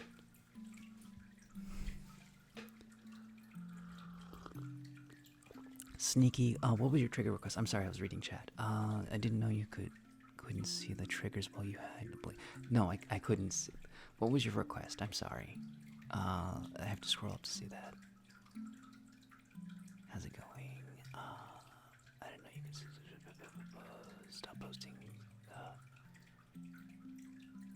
It was book tapping. I'll do some book tapping for you. Absolutely. Let's do that.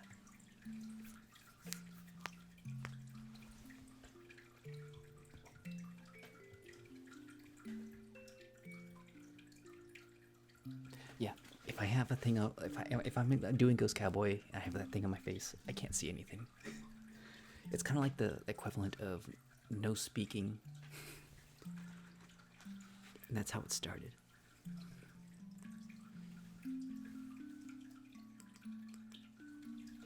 Yeah, what was his name?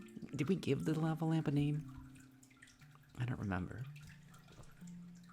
I got it was a find your treasure. Well, that like a lot of great things come out of find your treasure. Find a treasure in your room. Random thing.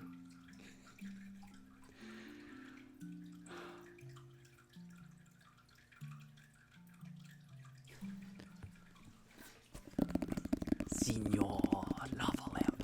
I don't know. Something stupid.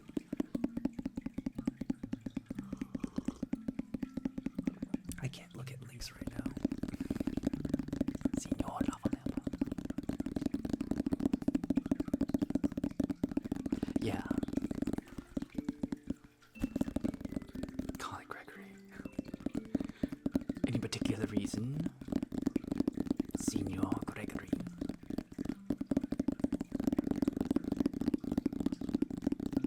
I don't like that name. It's a very foul name indeed. We shall name him Daniel. Gregory Peck. I like Daniel better. He is Senor Daniel. Which could be a boy or girl. I mean, like you said, Senor. Senorita with a mustache.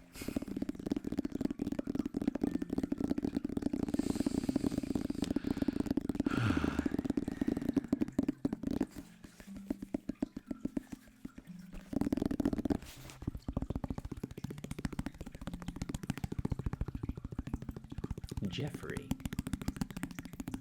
Senor Jeffrey. Or is it Heffery?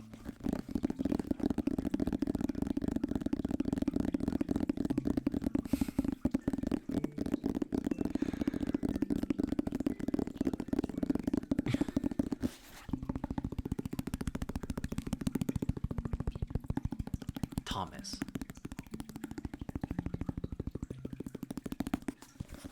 Danny Tempest the lava lamp. No, we're not gonna do that. That doesn't ring off the tongue. Blurple. He looks like a blurple to me. Blurple the lava lamp. Ooh. Blurp the lava lamp.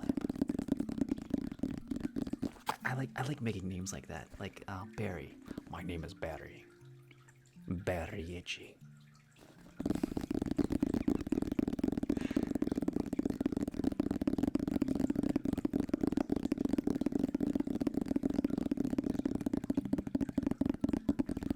Blurple. Because it's kind of like purple blue. Blurple. Blurple. As in like purple and blurp. Or blueple. As in blue and purple. It could be both. It could be none of those. It could be a mystery to us all. Blurp. Bring the blurp to me. He shall be my squishy. And the squishy he shall be.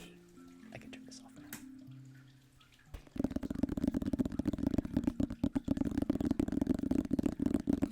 I wish this wasn't 20 years old because then the water would be much clearer.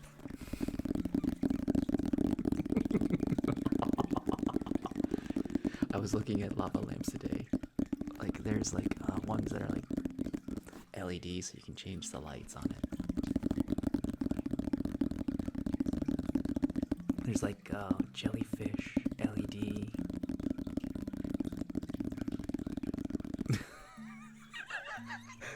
No, that sounds super inappropriate.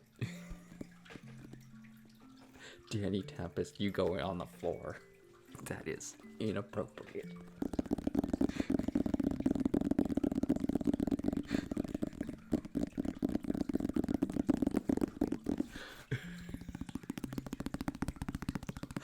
Oh my god, that is the safest way to say the dirtiest thing possible. Oh my god.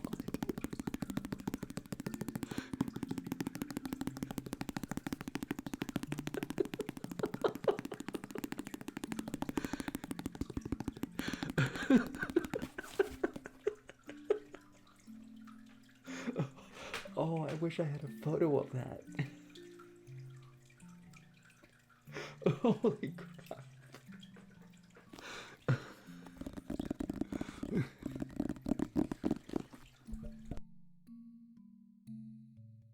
No, okay, so what after prom was?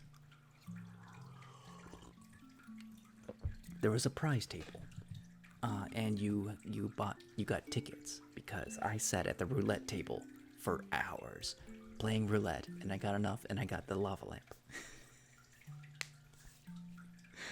So like they had a prize table, like like at one of those arcades where you're gonna I'm gonna give you tickets and you're gonna give me. Yeah, so it's like it wasn't a surprise. I clearly chose this. This wasn't an accident. Much like things that happen. What was the phrase? Oh my goodness, that was insane. I lost it. Where did it go? Blurple the prom night surprise. There's many Blurple prom night surprises that were absolutely an accident, but this was not one of them. That's what I was trying to say. The moment's over. Pack up, go home. It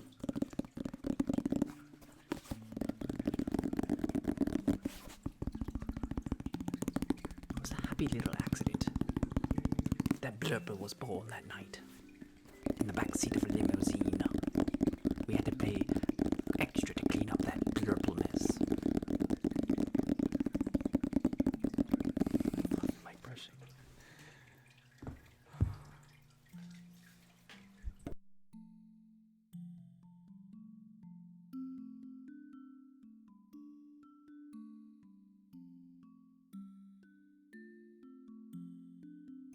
Limos are stupid. I did not get a limo.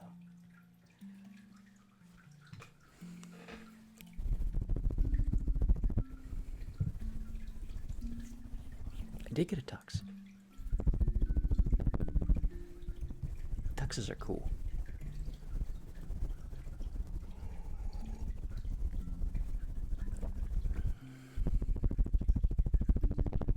Oh, the Hummer-shaped one is ridiculous.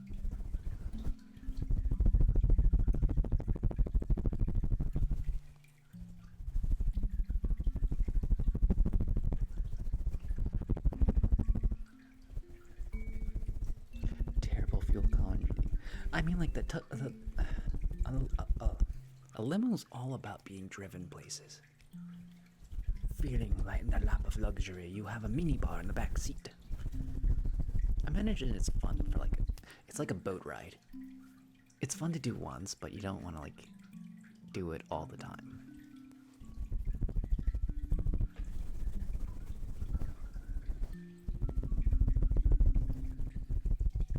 I don't even know if I want a limo if I ever get married. We were trying to figure that out, if it has a name or not. Fake boy. We are settling on Blurple. Blurp for short.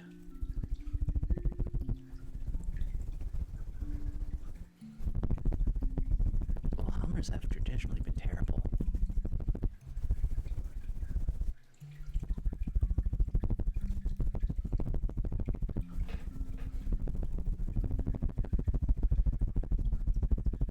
Blurple the prom night surprise.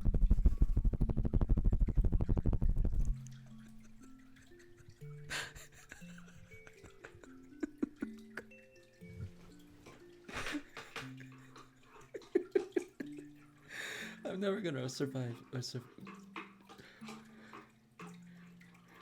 You know, the only other time that someone did something even worse was I don't even know if I can do it on here. I might have to no, wait, maybe. No, I have to do it on the other thing, so it's gonna be all glitchy for a second. Do I have some sheets for the dulcimer? I actually do. Hold on, I have to actually go to my YouTube for this.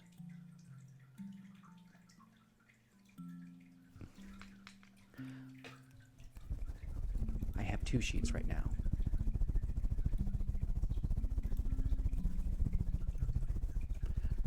And I'm going to mute some things because I might start playing music accidentally. So remind me to turn that back on.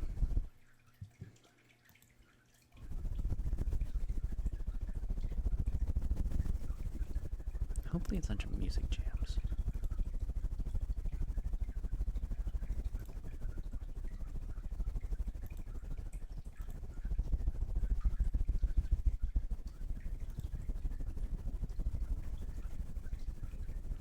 Okay, this one, yeah.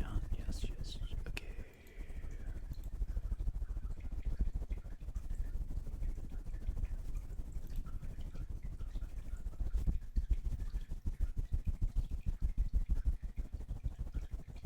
You get pinned in our chat because,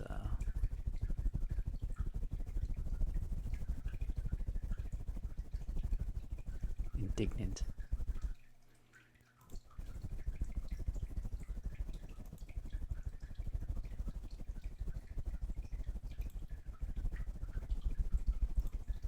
Okay, I don't have both. And that's why I had mute on. Oh my goodness, that made me jump.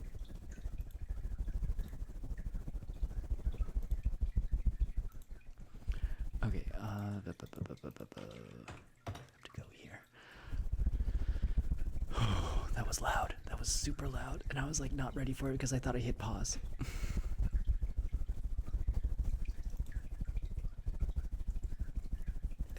This. Give me a second. There we go. That made me jump. Because I was being asked for sheet music. And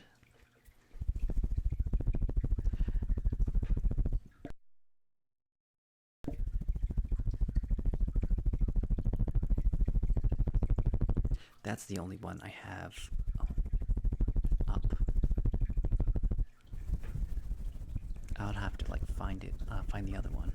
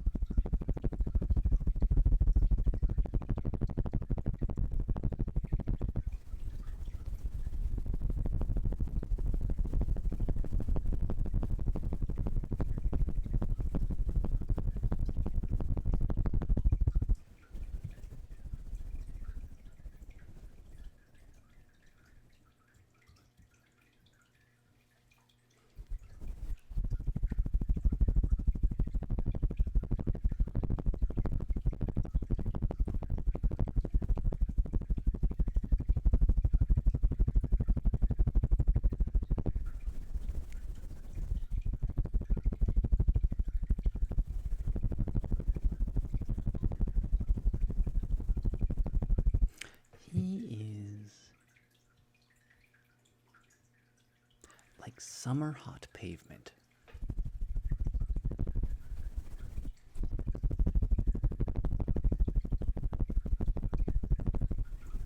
Not like late day hot, like more like it's been in the sun for a while, but not like so hot. Like you definitely don't want to like keep your foot on it, but you can like stand on it. And like hot sand are like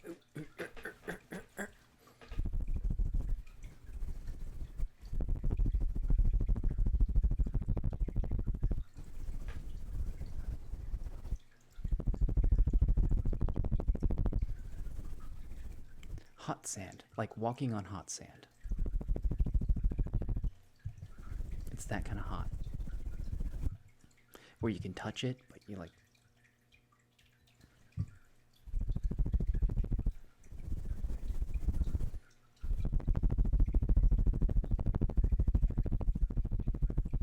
You can touch it, but if you keep touching it, you're gonna burn yourself. It's that kind of hot.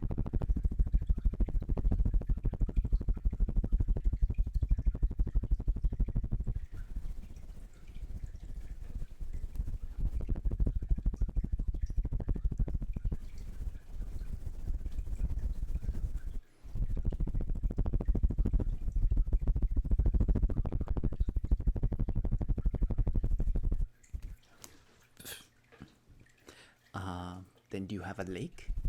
A lake with sand? A sandy lake? A woman named Sandy who has a lake.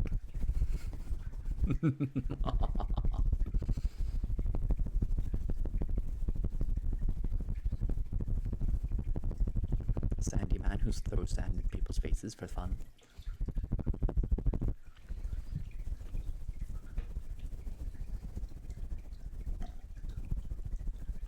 So you have a reservoir. I see.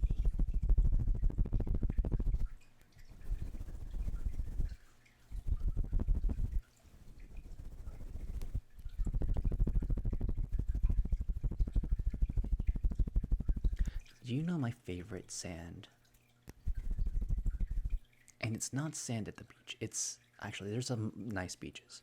I believe Myrtle Beach's sand is hard enough you could ride a bicycle on. But my favorite sand that happens naturally is the sand underneath pine trees in mountains. For some reason, there's always sand underneath the pine trees.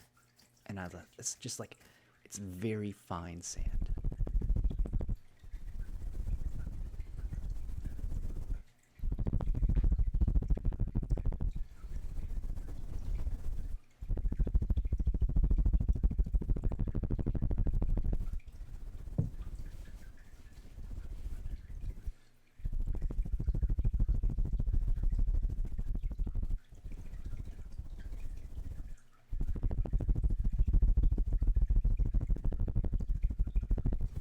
I think it might be because of the pine needles. Like when they decompose, they turn into sand. That's one of my guesses. I don't really have a good explanation for it.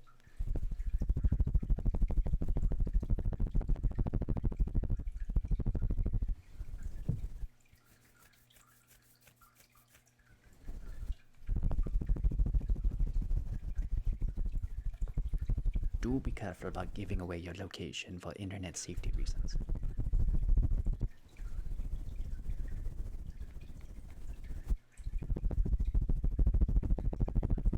And I must say, is the streetcar's name Desire? I've never seen that movie. I've never seen To Kill a Mockingbird, or read it, or Death of a Salesman.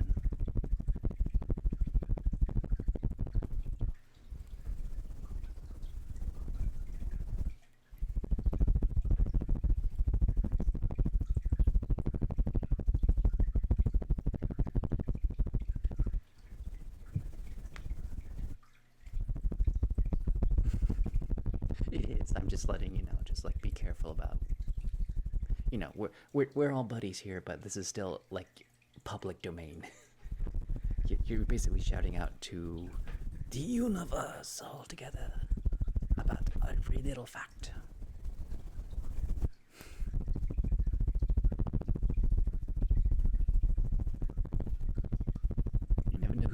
and these are recorded and posted. And you never know who's watching those.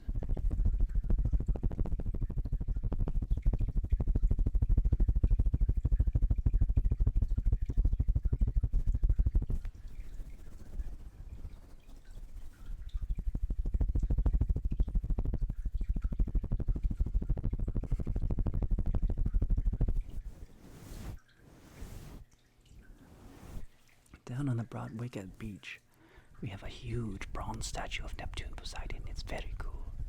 And sort of the city mascot. That's pretty cool.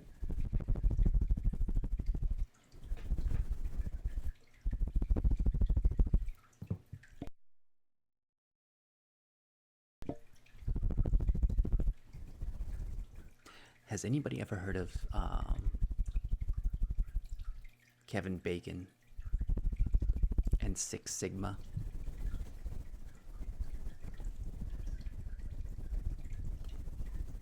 There's a game known as Connect Kevin Bacon to Any Actor by what movie that they acted in. And you can always find it within 6 actors by tying it. Like, this actor was in this movie, and they were in this movie, and then that person was in this movie who was starred with Kevin Bacon.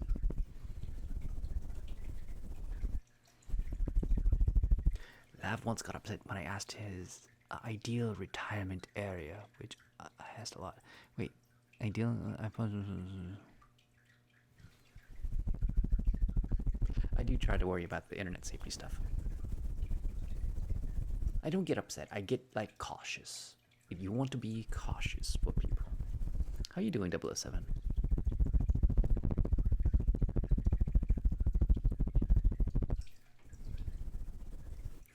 Wait, Mr. Peanut Butter, you never heard of Kevin Bacon? Okay, so Six Sigma is you can write a letter to anybody in the world if you could pass it off to somebody else, because everybody knows somebody, and you can always connect to that person through 6 degrees of separation.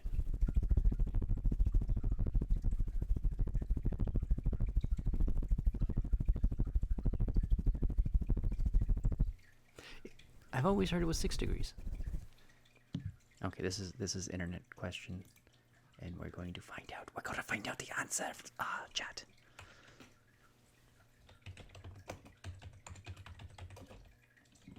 Six Degrees of Kevin Bacon. 6 Degrees of Kevin Bacon is a parlor game and pop culture phenomenon that involves connecting actors to Kevin Bacon through a chain of film rolls. How to play. Your player chooses an actor and try to connect them to Kevin Bacon in 6 steps or fewer by finding films that they both appeared in.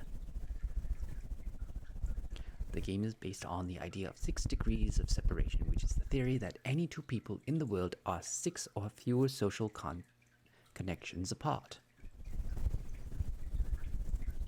The game started as a grassroots phenomenon among film buffs and has since become a global pop culture mainstay.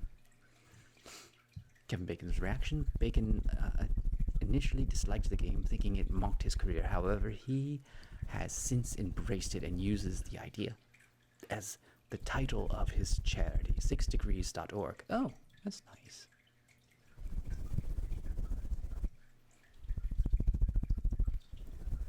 Concepts of 6 degree separation has also been used for other applications such as network and IT operations, recommendation engines, fraud detection, and social networks.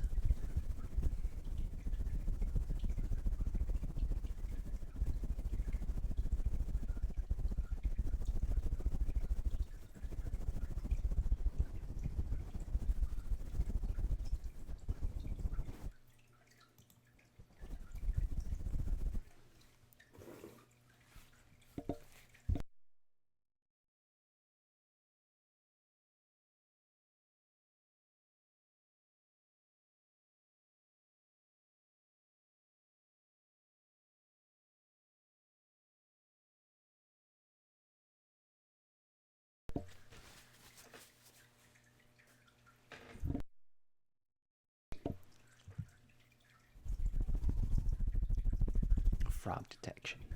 It is used to detect frogs out in the wild.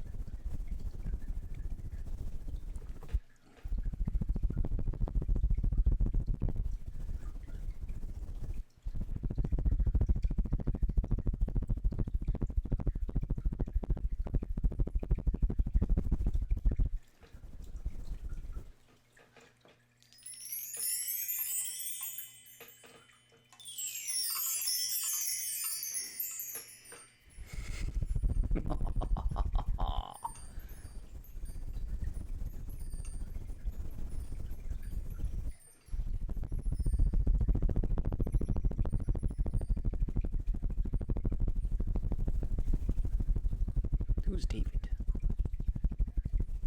I do not know David. This is Blurp. Blurper.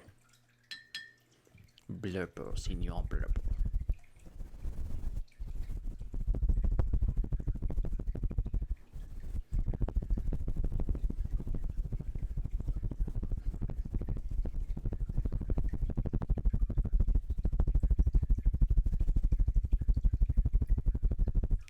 That is a fountain, a real life fountain going on in the background.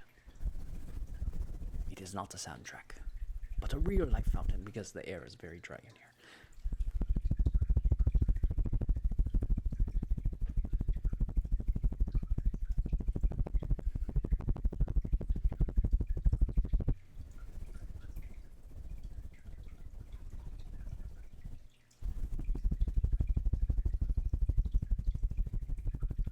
Oh yeah, yeah. Some like you can connect somebody. You don't necessarily have 6 friends that can connect you because like any of your friends is 1 degree, and those friends might just know a person who they could give it to. They did this video where they gave these people in random places in the world, and they're all trying to get into people on the other side of the world. So they went to Africa, like a remote place, and they're like, "Can you get this letter to this person?" It's like, "Okay, I could probably give this to this town person who knows people who are in Connecticut or something like that." And then the film crew just tracked the letter.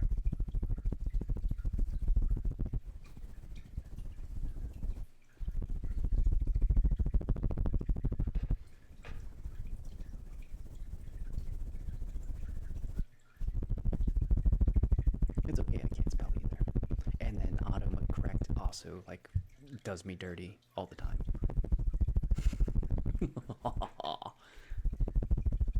Dirty deed spell checker. Dirty deeds.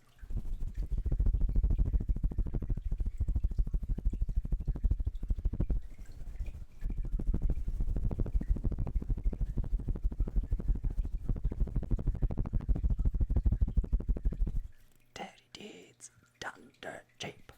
Dirty deeds done dirt cheap. I don't remember the rest of the song.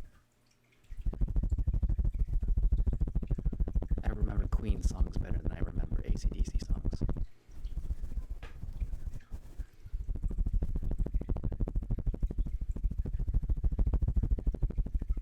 Bicycle, bicycle, bicycle, bicycle. I want to ride my bicycle. I want to ride my bike. I want to ride my bicycle. I want to ride my bike. Bicycle, bicycle. Such a really weird song. Oh my goodness. Who knows of Beatles' Bang Bang Maxwell's Silver Hammer?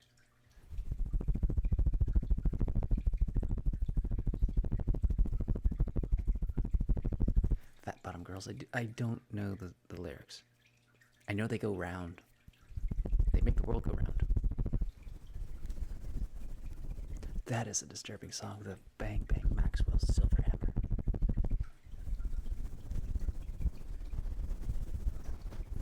Who has seen the movie The Yellow Submarine? The movie.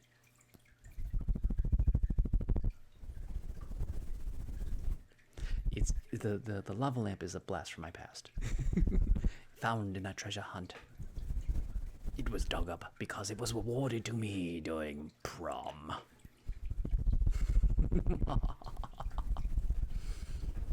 In my high school years, I was given a treasure to keepsake. It is nearly 20 years old. Actually, over 20 years. Not nearly. It is well over 20 years old.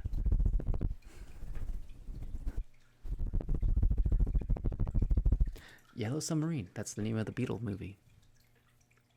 It's like Fantasia because it's a lot of Beatles songs and Sgt. Pepper's Lonely Heart Club Band. The Yellow Submarine. It's a really fun movie, and it has the Blue Meanies.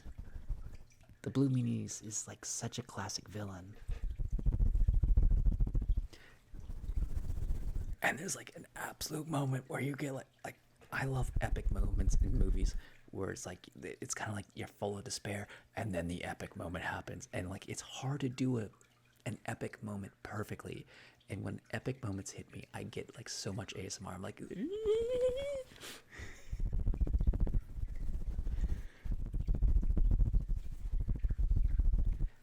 I feel like Yellow Submarine holds up over time because it's a musical movie.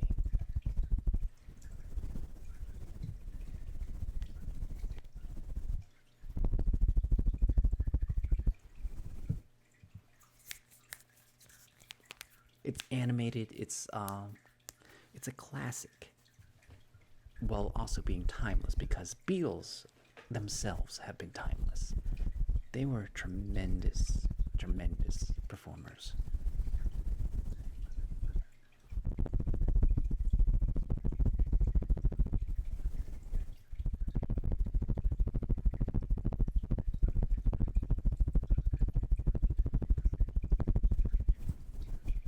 I must say this is very hypnotic. You just like watch this.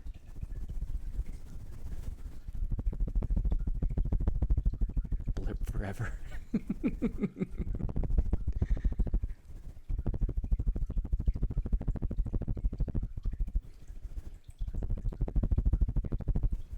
I didn't see A Hard Day's Night.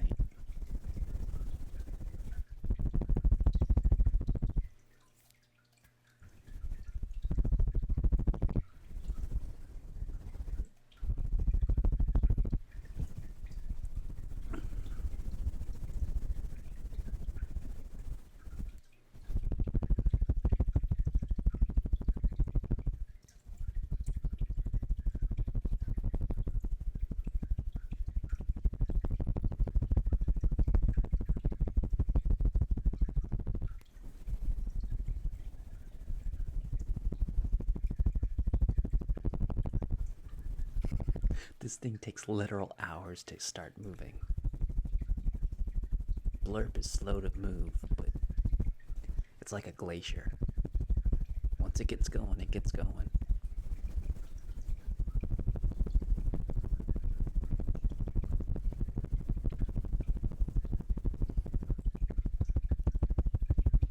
Bing Crosby, Frank Sinatra, Elvis and Presley movies. I've seen a couple Elvis Presley movies. And some of Elvis Presley movies are like Hallmark movies.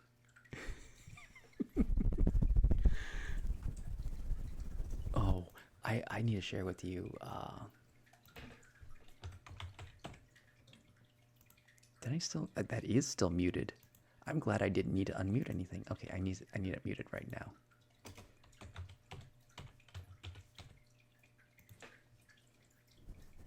Okay, I can just copy that.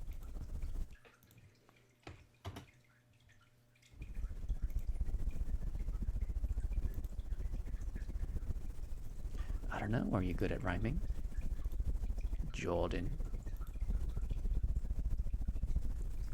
Can you drop some bars?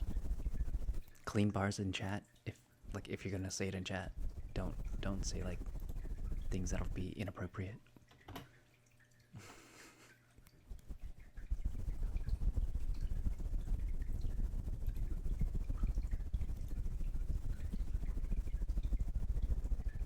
No, not really. Not unless, like, you know. But if it's your passion, if it's your calling, people will be drawn to you. Jordan, 11. Hold your head up high. Be the best dang rapper you ever can be. If you want to be a candy rapper, I will have nothing against you for that. Every man has a desire to be what they want to be. And if should you rap around candies, then you shall be it. By George, you shall be the best candy rapper I have ever laid eyes on. You might even be a Snickers bar rapper, if you aspire to be it. Of course, we all have to start small. Small being, you must become the crackle rapper first. And you gotta work your way up to the Snickers bar.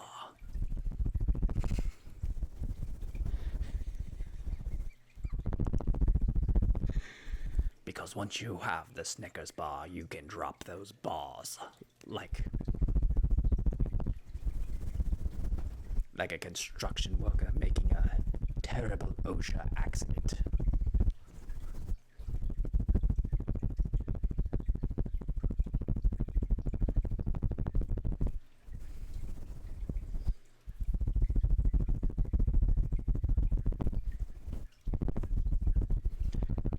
Drop those bars like a man going to AA after too many bar hopping.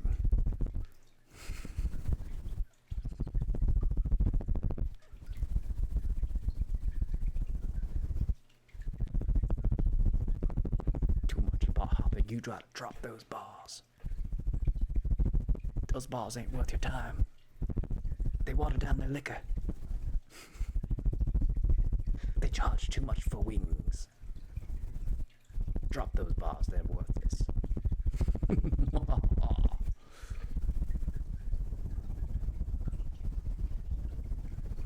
I haven't seen any of the extended versions, and I kind of don't want to. Like, I was happy with the original Lord of the Rings, and I struggled to read the actual Lord of the Ring books because he takes a long time to describe landscapes and stuff.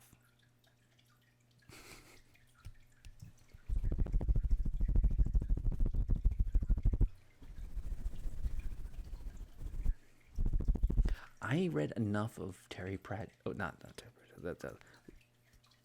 I read enough of the first Lord of the Rings to know who Tom Bombadil is.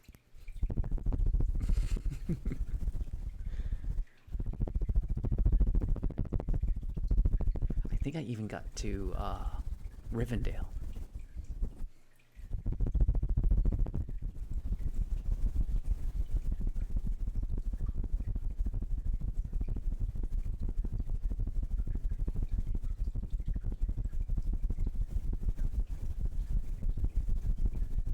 Just read The Hobbit. The first two movies are a lot of fun, though. The third one was just like, we need to have a third movie. Why not this? It's like it's not a good third movie.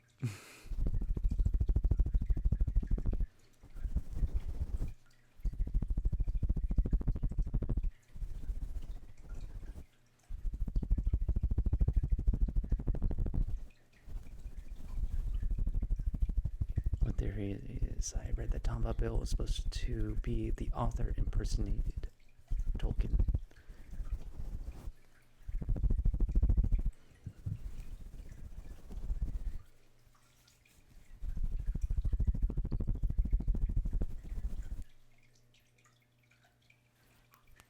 I want to touch the hot thing. How could you not touch the hot thing? It's hot.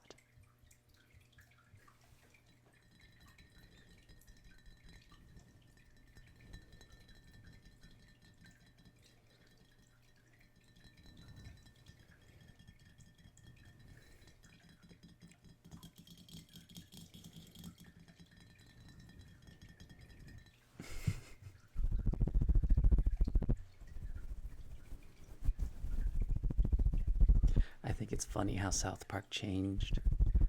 Like they retconned Tolkien's name to Tolkien. And they retconned it so like all the old South Park episodes, the subtitles all say Tolkien, except for Stan, who was calling him Token. Blurp feels hot like hot sand in the summer sun. You can touch it, but you do not want to stay touching it.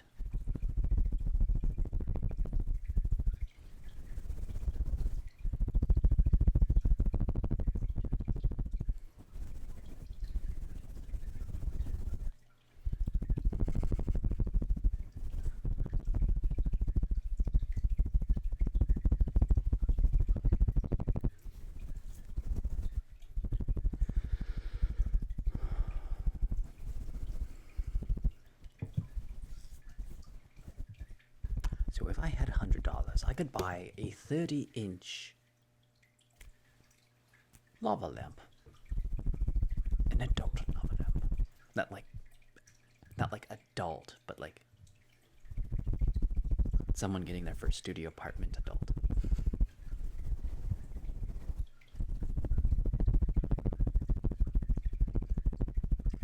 It would be a centerpiece, as you would say.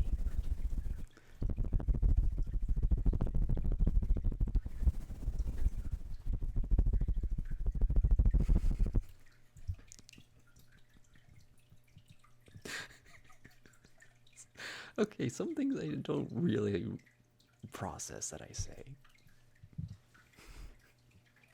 It's like this is a fine thing to say. I should clarify it though. The world won't matter, it's only the internet. Nobody's recording this or anything. This will definitely not have a severe impact on my chances of employment.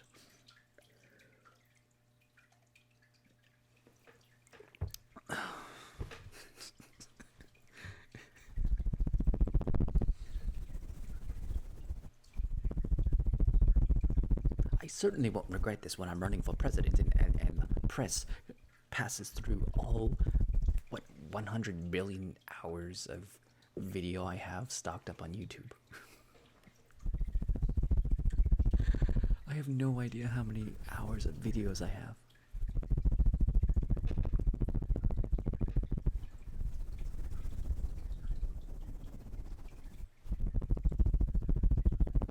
Clarifying makes it worse. There are times that I'm like, I really can't bring attention to something, or else it brings attention to it. You know, it's like, okay, so you know, like how people are like, I'm so sorry. It's like, you don't need to apologize. You're fine. You don't need to bring it up. I've already forgotten about it. Why did you remind me of this terrible thing that you did? I was happy like 2 seconds ago. It's a lot like that. Like your conscience is getting the better of you. It's like, I must apologize, and like, I understand it. I absolutely understand it because I've been that way. But it's like, sometimes it's better not to bring up that you are sorry about something terrible you did.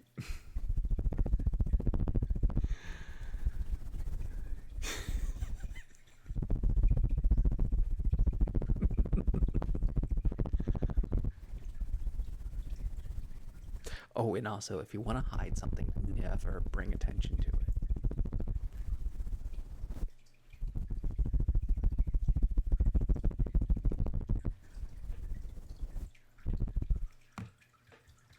Speaking of,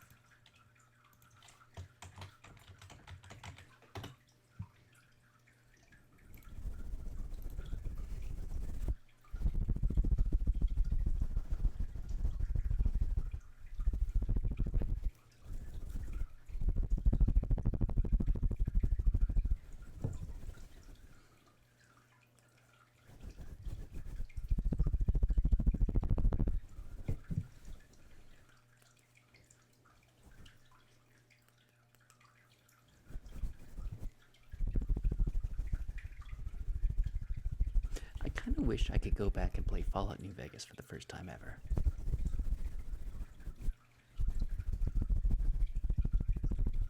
I don't feel that way about the Outer Wilds because the Outer Wilds was perfect, and I never want to forget how amazing that that game was. That was like truly a fantastic game.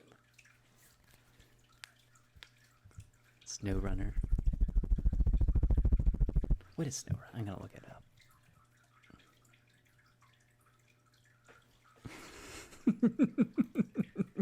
That you've eaten a banana.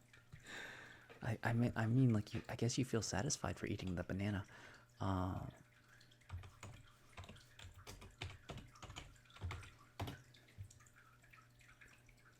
Oh, that does look fun. That's like a simulator. Conquer dangerous terrain territory alone with your friends in this. Wait, you can have friends on this?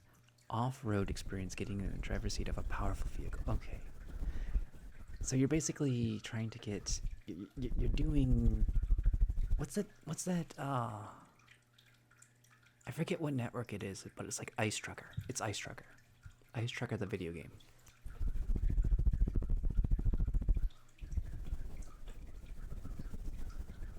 You can have friends? I honestly don't have friends I play video games with.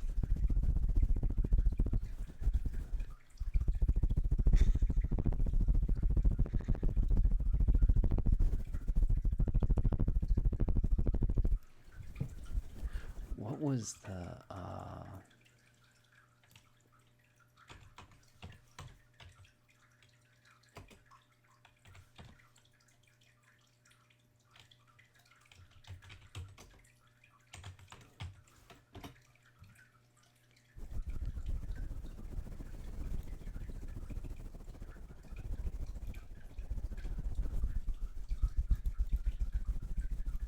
okay, a game I'm gonna have to play is this, and it's like super affordable.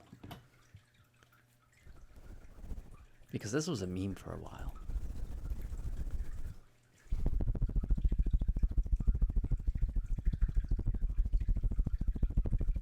You get hit, like, yeah, it's very surprising to get hooked on the weirdest games.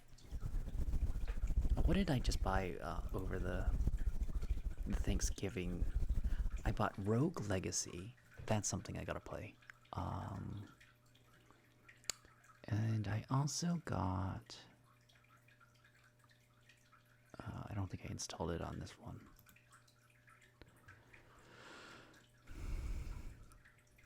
Etran Odyssey HD. Someone said that that's a really good game. It's really hard too. Like it's a dungeon crawler. And you have to like oh, you know what I also got? I got Grand Theft Auto 5, and I've never played it, but I got it because I wanted to do some role-playing. And I don't know exactly how to do Grand Theft Auto roleplay. I did get HackMud. HackMud is interesting.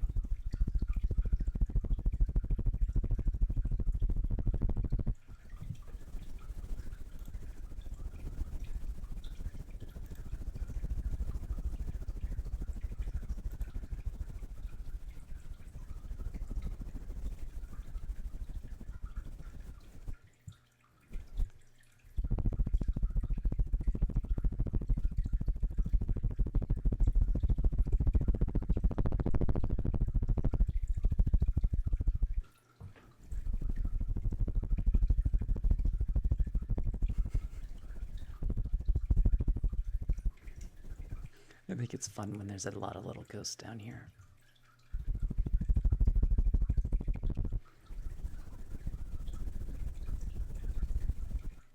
On 5M.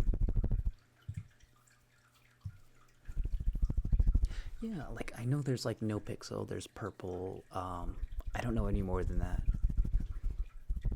And the only reason I know this stuff because I watched James Randall, Spaceboy played James Randall so much. I'm like huge James Randall fan. Just the absolute surrealness. I should watch Holden videos though, because Holden is absolutely bonkers.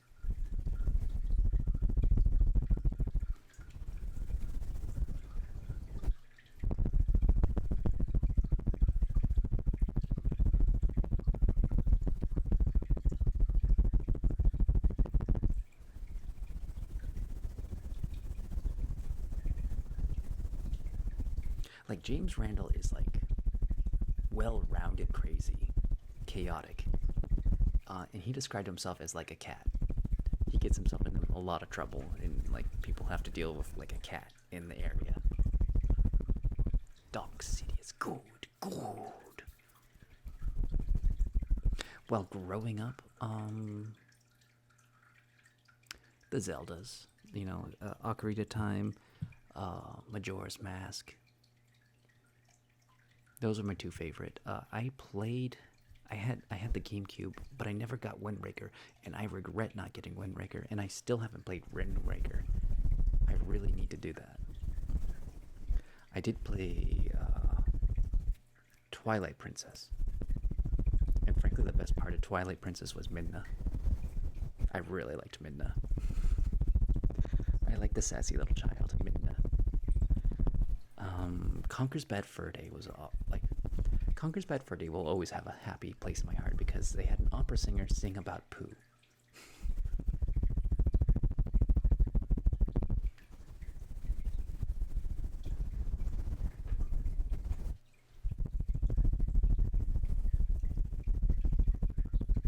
And it had Conker's Bad Fur Day had wonderful multiplayer. Because I would play against my family all the time. Like we would do that for hours. GoldenEye for the Nintendo 64. That was amazing. Slappers only. Big head mode. A soundtrack that was just fire. Do I have any conspiracy theories that I believe in?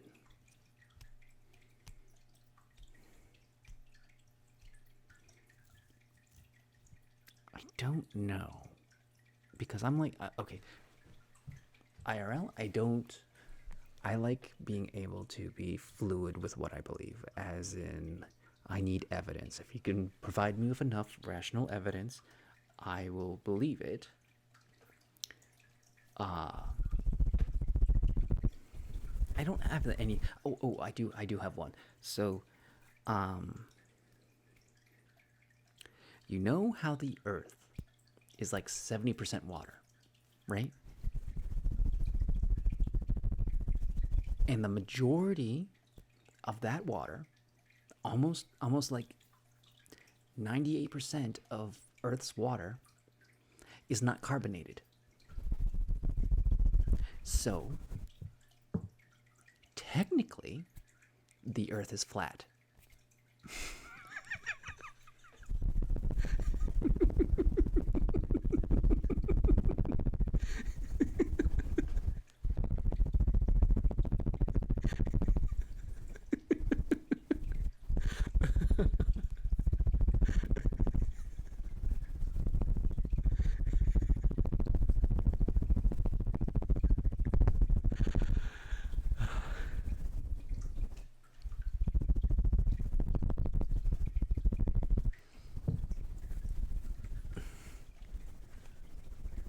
I heard that the other day. I don't remember where from.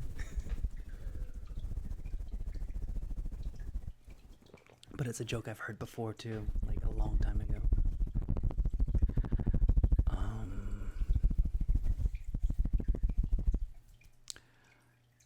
There's things I believe in, like precognition. I believe cognition is a real thing because if you look back at like some of the old there's a famous precognition person who lived in Virginia Beach, and he started a hospital, and like he was really well renowned. I also think it's completely a useless talent. Okay, so in reality, all precognition is the ability to predict things. And how do you predict things? With statistics and math. So in essence, like old soothsayers and things like that were replaced by statistics.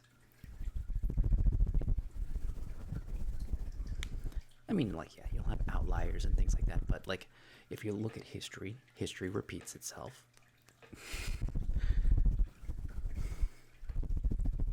A lot of prediction can be done just by statistics, analysis, and looking at history.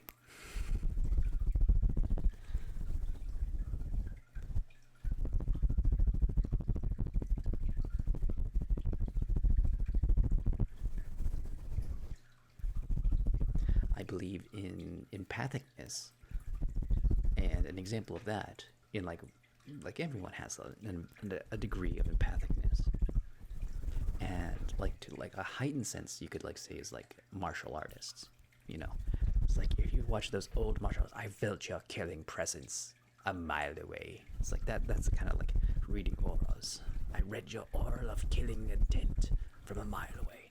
And like people have that, like they can feel like on the back of their neck is standing up, like somebody's watching me. And it's like,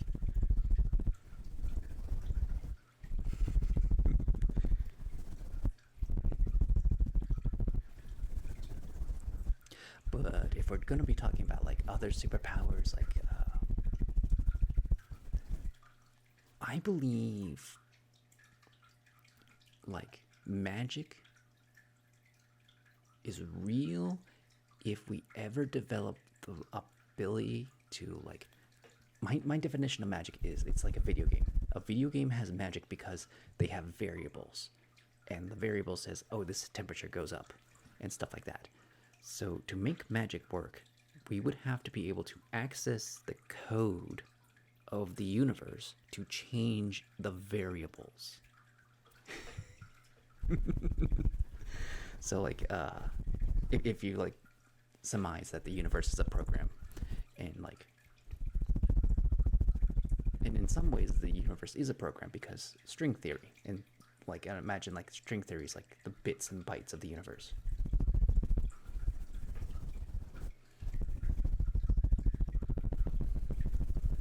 So in order to like make magic real, you would have to mess with the fabric of reality to change the variable of a specific thing. Like if you wanted to do fireball, you have to change the variable to let that temperature to like immediately change. Like you change like the variable of temperature to a much higher degree, like instantly.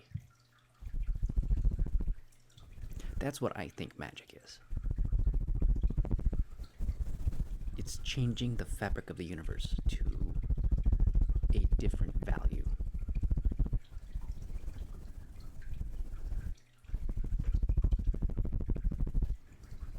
Oh, you think a lot about aliens. Have you been watching the anime Dan to Dan Dan? Oh my goodness, I love that show so much. It's so good. It's so freaking good, and whoever made that was absolutely like, I know the story behind it. It's like a dude was like in a rut, and like his editor was like, just take your time, take some time off, get your mojo back, and he's just like, just draw whatever. And that's basically how Dan to Dan Dan came about.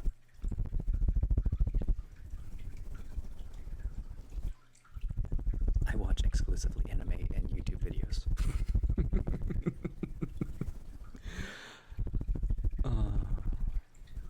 I got people in the house watching Julia, though. The docu-comedy about Julia Child. Drama comedy. And it's really adorable. It's an adorable show. It's about how Julia Child, the host of the French Chef, got her start and ran the show.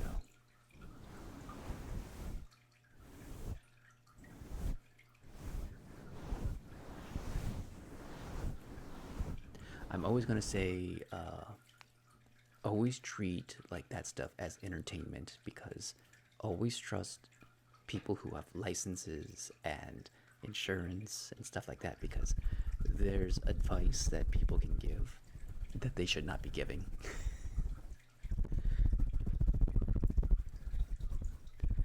And you kind of have to learn like boundaries and things, and because you can hurt people if you give bad advice. That's what I have to say about like witchcraft tarot readings and stuff like that. It's fun for entertainment value, but always talk to like an actual therapist or something like that, you know. Because I definitely went through my Carlos Castaneda. I read so much Native American stuff. I was like, I went heavy into all the magic stuff. It's like, well, spirituality, stuff like that. But yeah, I like to keep my beliefs in reality and backed up by science and licenses and experience.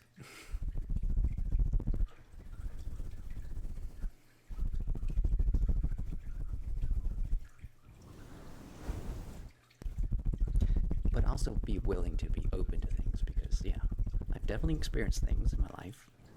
I've definitely experienced ghosts and spirits and deja vu.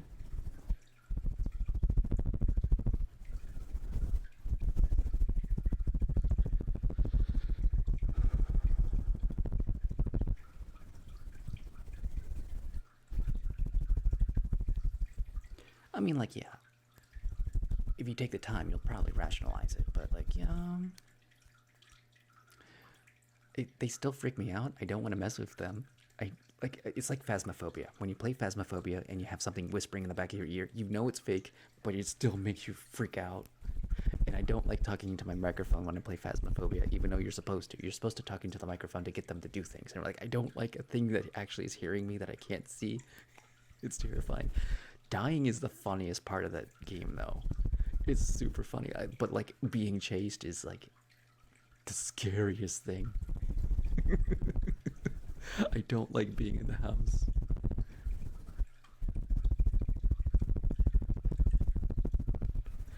Okay, so the one time, like, no. There's a very real haunted spot on the Appalachian Trail, and it's a pond. And it's where 100 years ago, a 4-year-old boy wandered off, and they found him like 6 days later, his body, anyways. And they say his spirit haunts this pond. And I didn't stay too long in that area. I didn't want to like sleep the night. I just like, okay, hey, cool. Here's spirits. I'm gonna leave you alone. I'm gonna keep moving. I'm gonna use this outhouse if you don't mind me using the outhouse. I think I'm gonna poop and then I'm gonna get out of here. The other time was like, okay, there's a mountain called Mount Weather. I believe it's Mount Weather, and it's where the government is going to go in case of a nuclear attack. If you like, I read the book, The Government's Plan to Save Itself and Let Us All Die. And it's about like Mount Weather is where the Supreme Court justices get evacuated to. They basically hollowed out a mountain and built a shelter in it.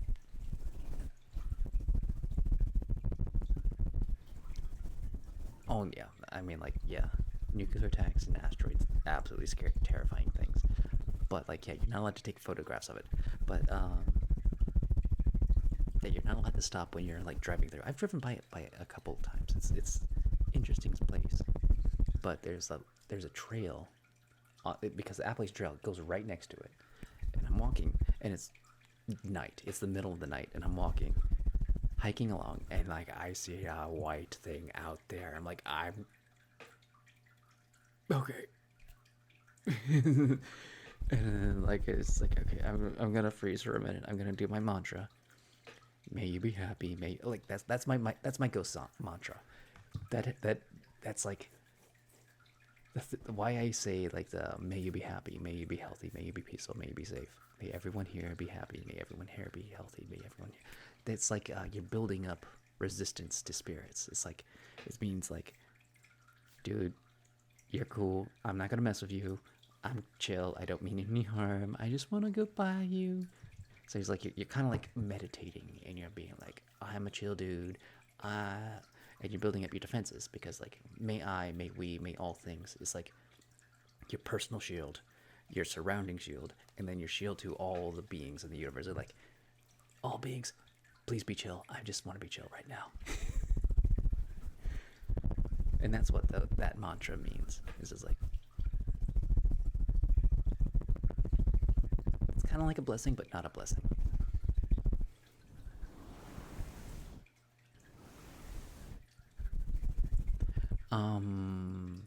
I might want to say like we should keep away from the politics. Let's keep away the politics of nuclear war. It's very scary stuff. We're here to chill and talk about ghosts.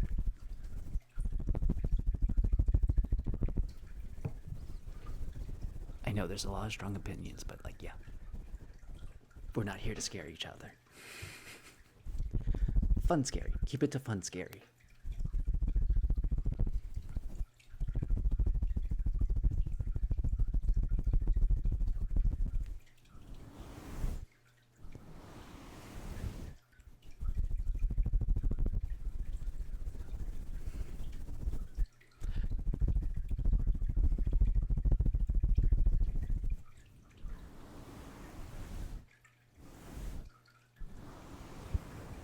Like, you're not in any trouble. I'm just like, yeah.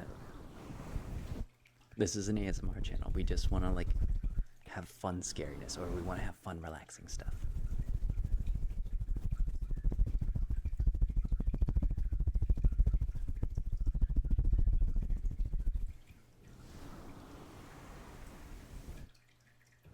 The only white opaque silhouette is benevolent and made itself known to me. It's like, okay. I don't want to communicate with them that too much.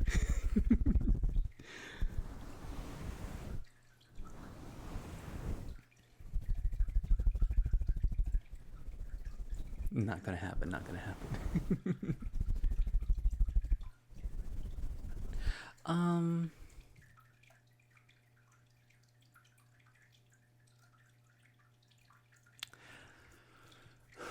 I don't know.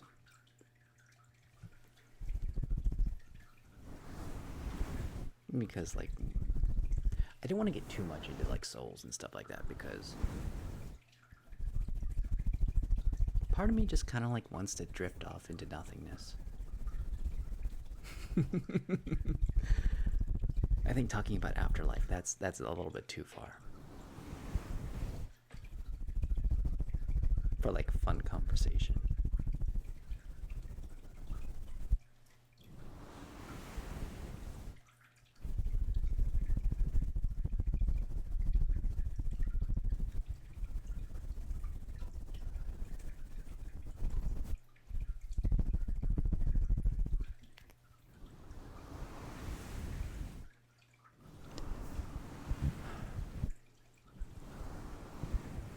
I think it's probably like chemicals or energy. You change state, so like the thing that you were, you're no longer your container. And I think that's the end of what I'm gonna go on about that. And it's like, yeah, this is an easy slope to like be like, oh, he believes in this or he believes in that. It's like, ah.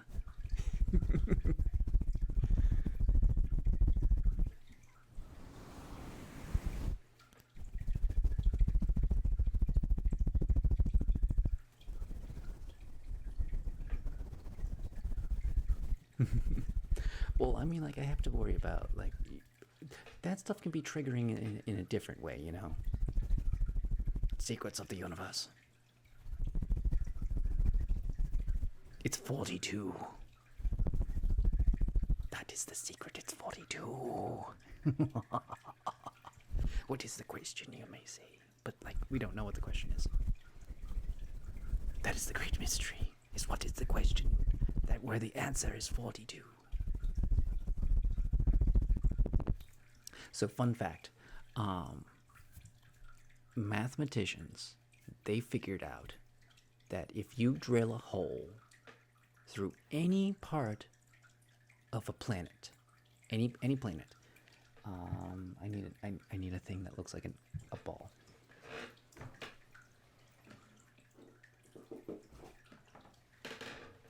Okay, we got a ball here. and we drill a hole through it, at any point, and you were to drop a ball through anywhere in that point, and it would go through, and because of gravity, it would come back up. It would take approximately 42. I don't remember 42 of what, but 42 is like the key. It's like 42 and some bits.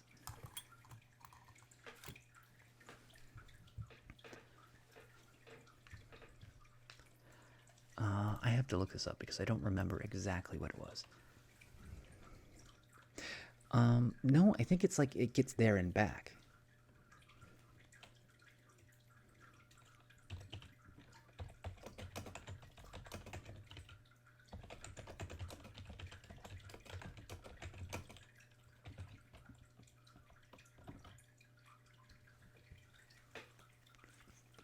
Oh, okay. Cura. It would take. Go away. It would take 42 minutes and 12 seconds to fall through the Earth, but gravity pulls you towards the center. So once you reach halfway, it wouldn't be going against the gravity the whole way up. So the hypothetical problem.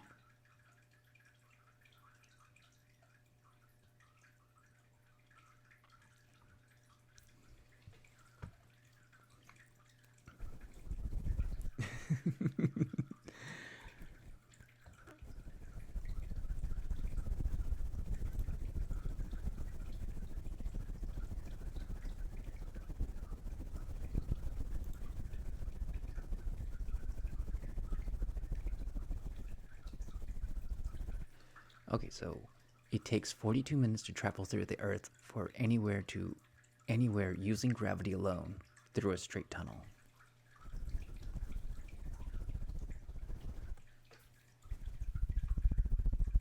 That's the theory, or what mathematicians have said. I'm trying to find who said that first.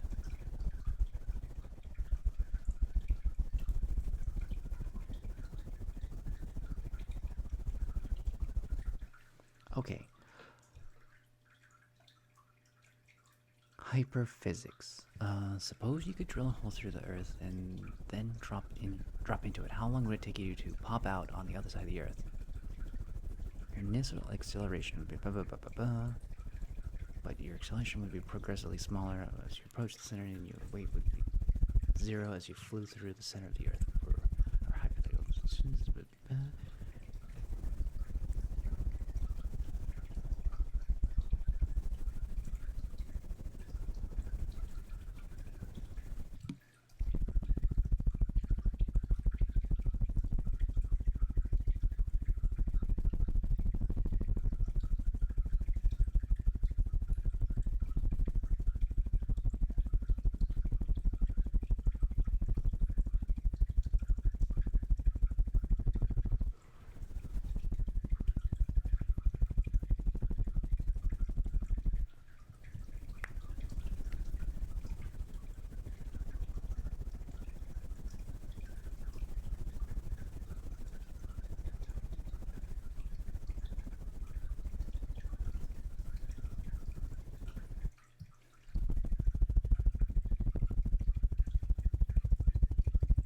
Oh yeah, finding the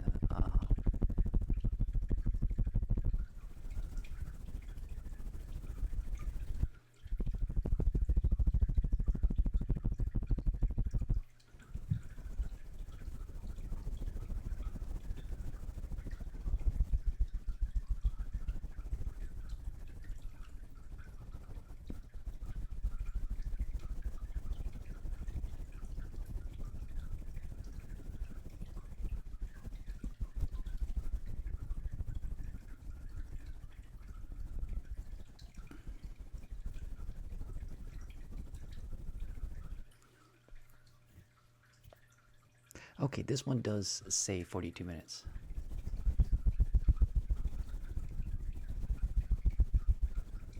but unless he or she grabs a hold of something, they would fall back through the return journey and continue oscillating with a round trip of 84.5 minutes. Okay.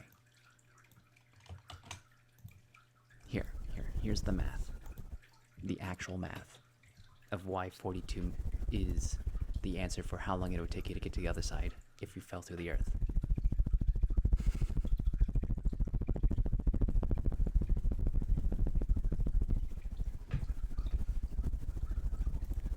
So I wasn't blowing hot air up your butt. I was quoting math. With equations, you can see the math, for example.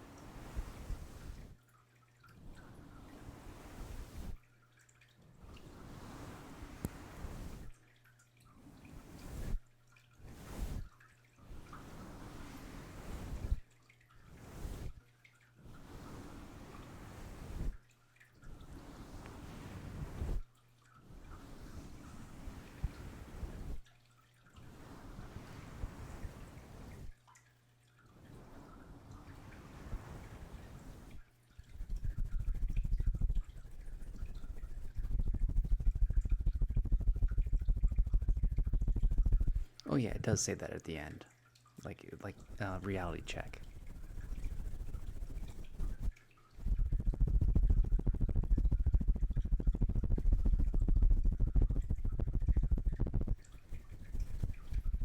In a vacuum. In a vacuum.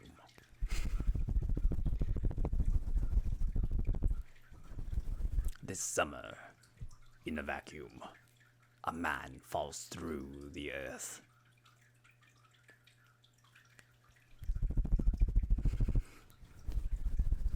Next action-packed movie, 42 minutes to the other side.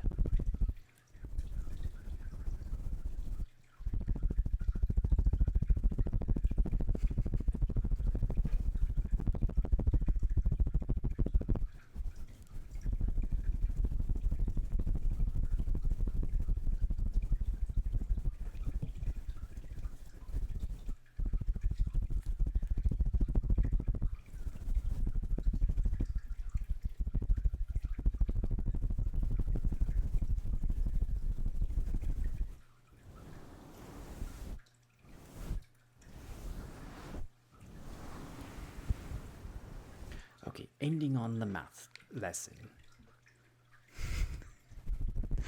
42 minutes, the movie runtime is 40. It's not actually 42-minute runtime because you have to include the credits. It's like that movie 90 Minutes. The guy stuck in the phone booth with a sniper.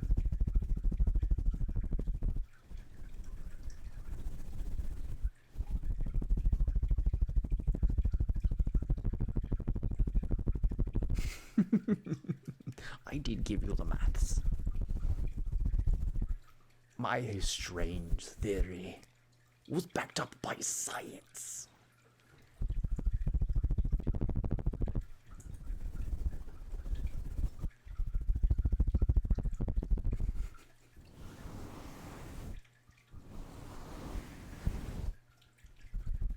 I'll escape to the one place that capitalism hasn't corrupted yet.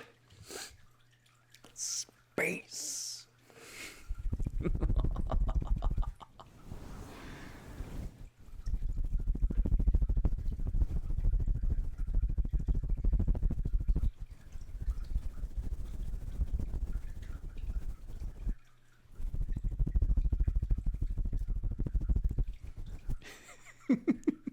A 42-minute runtime with 42 seconds for credit scene and 42 minutes and 42 seconds. We call it the secrets of the universe.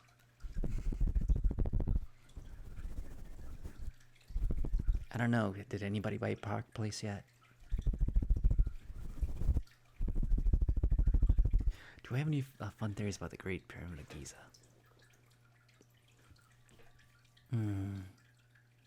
Have you ever seen Stargate?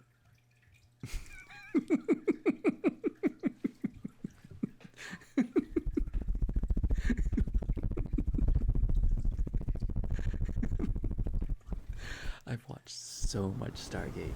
Oh my god. I have all of them.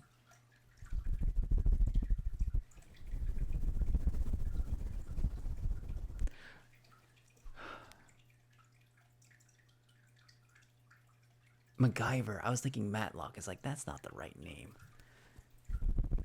I loved him so. He was a great. He was just a goofball. It's like, oh. I remember the movie. The movie was really fun. I love that movie. That's probably a movie that holds up, too.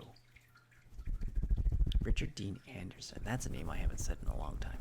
Oh my goodness. Remember the episode where he was invisible?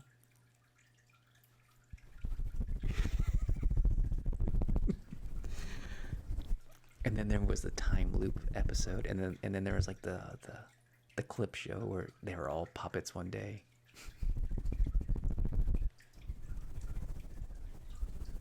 That was a show that had a lot of fun. Like they could goof off.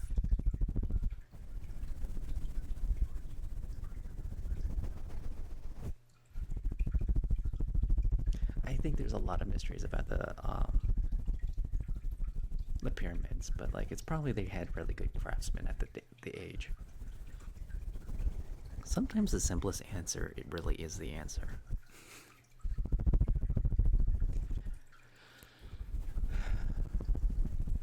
Just like, there's no way they had the technology back then. It's like they had people who like made amazing things. I mean, like the Aztecs.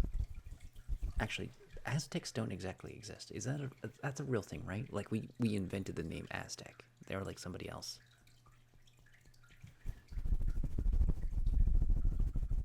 I don't know. I was reading that the other day. I don't remember where from. I don't know if that's credible.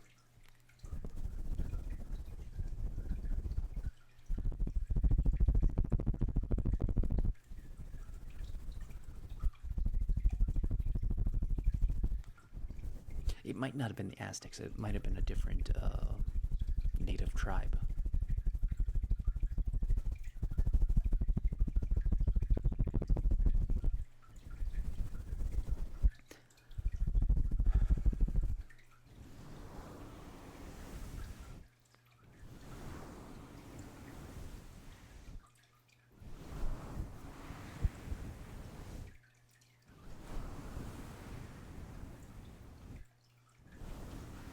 Cone tapping.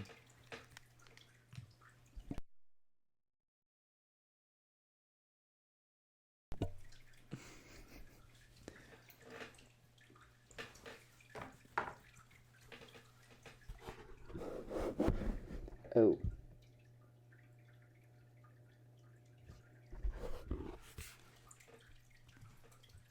That has to move.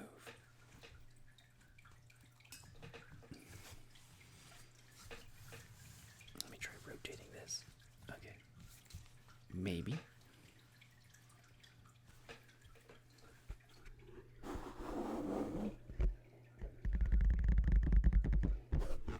And make sure you don't talk about really stressful topics too. That's the other thing I try to do. Oh my goodness. You guys have been like super rowdy since I've been streaming nonstop for days.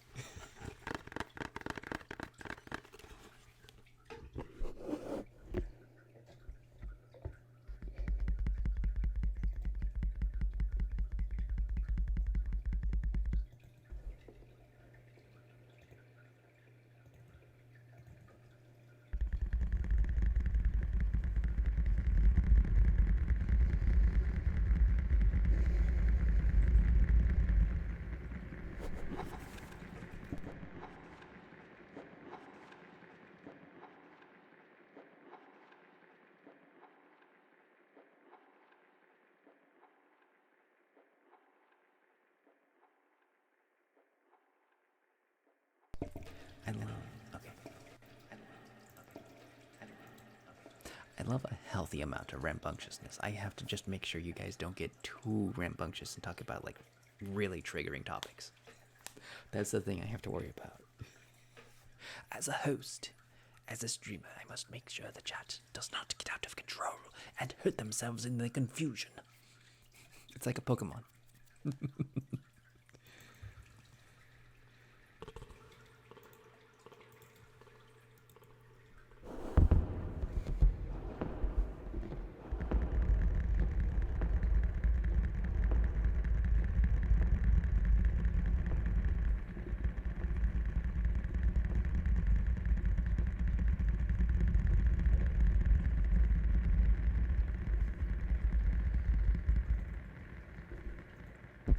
Okay, we'll do like the real talk. Like, the trouble with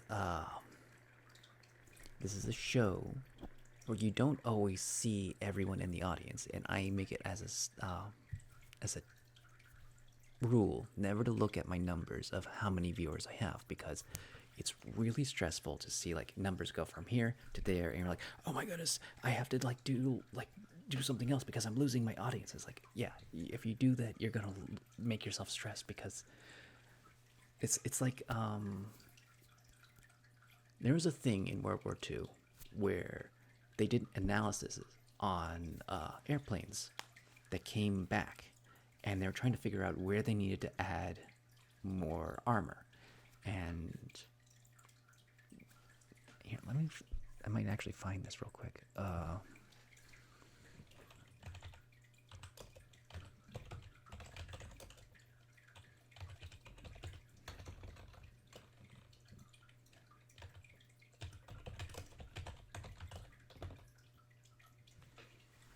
Survivor's bias.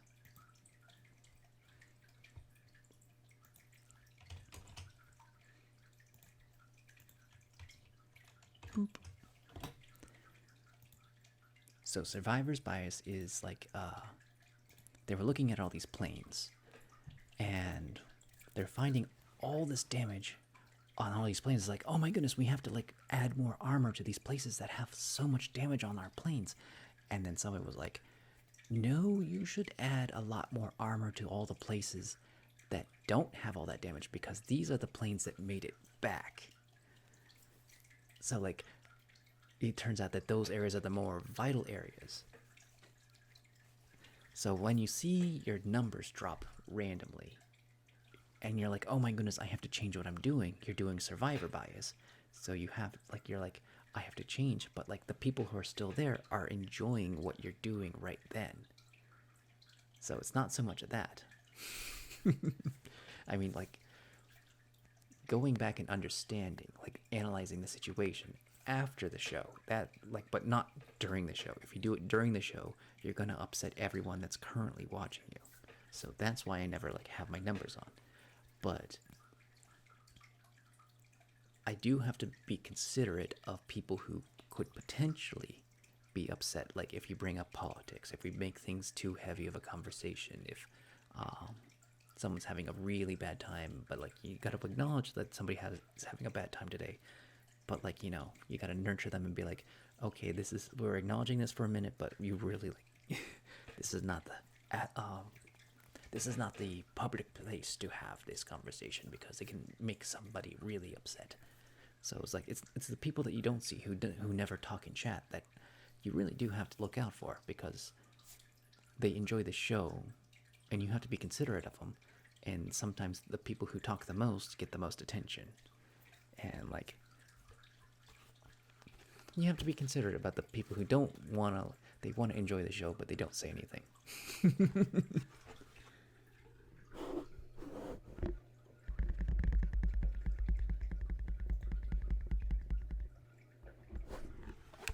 Do you do reactions to Lo-fi songs? I only play music that I've made myself. Like, I have these songs, like this one, this one, this one. It's mostly just to like copyright and stuff like that, and I don't have money to pay people for their music.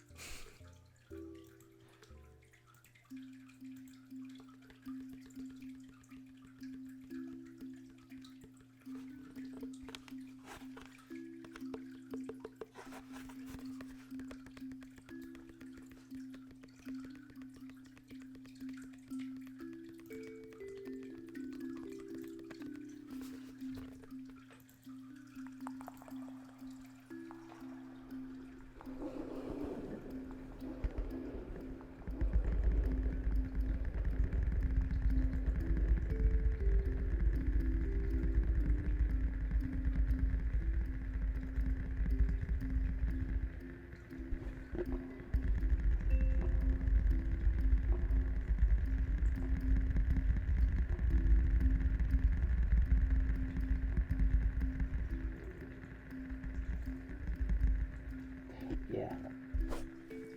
That's a mindset that I've had to like develop over time. Like I've definitely had a lot of service jobs. I was a waiter. I was a massage therapist for 8 years.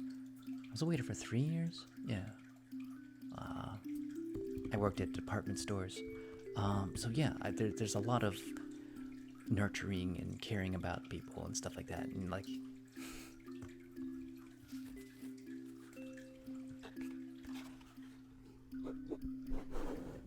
So it's just a lot of that.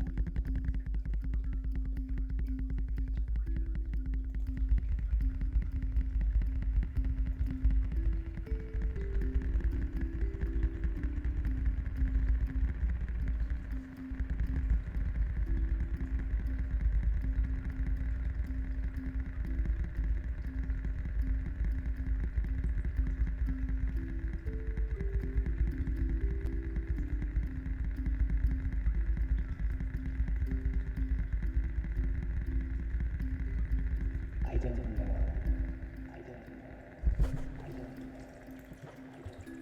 I don't know what I think it's like uncle. But like right now, there's been like 2 people who have been doing that.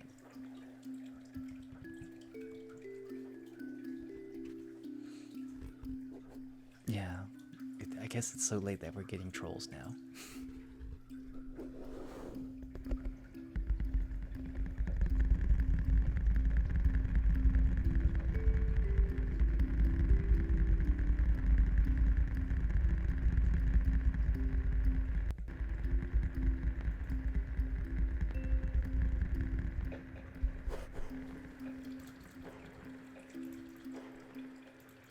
I mean, like gross trolls. You know, you guys are like fun trolls.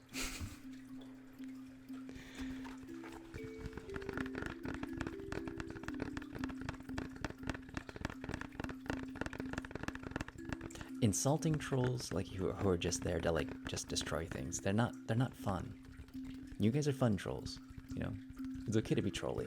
It's okay to like play around and be silly goofballs. Now that's absolutely all right. But like being like, "Fuck you, streamer," it's like no, get out of my chat. I don't want that noise. Nobody wants that noise. That's not fun for anybody.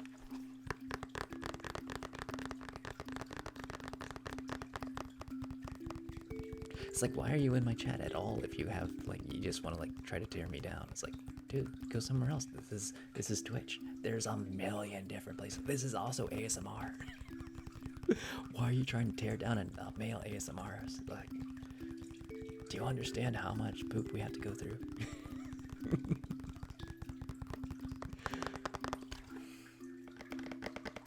I do have to say, like, why some of the rules is like, when I first started being in ASMRs, I never expected people to be as inappropriate as they were. 8 years as a massage therapist, and I never dealt with sexually inappropriate comments from my customers.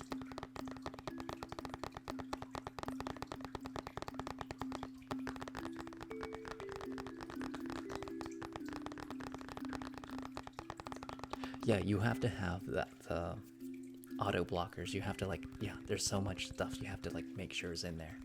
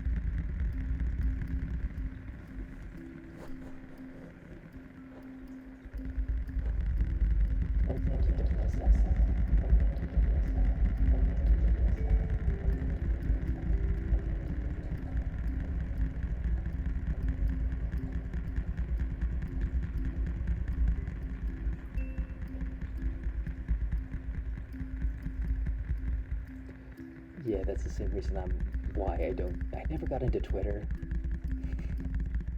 I got off Facebook. The only thing I liked about Facebook was the memes. So I got like onto like Imager and was just on the memes ever since.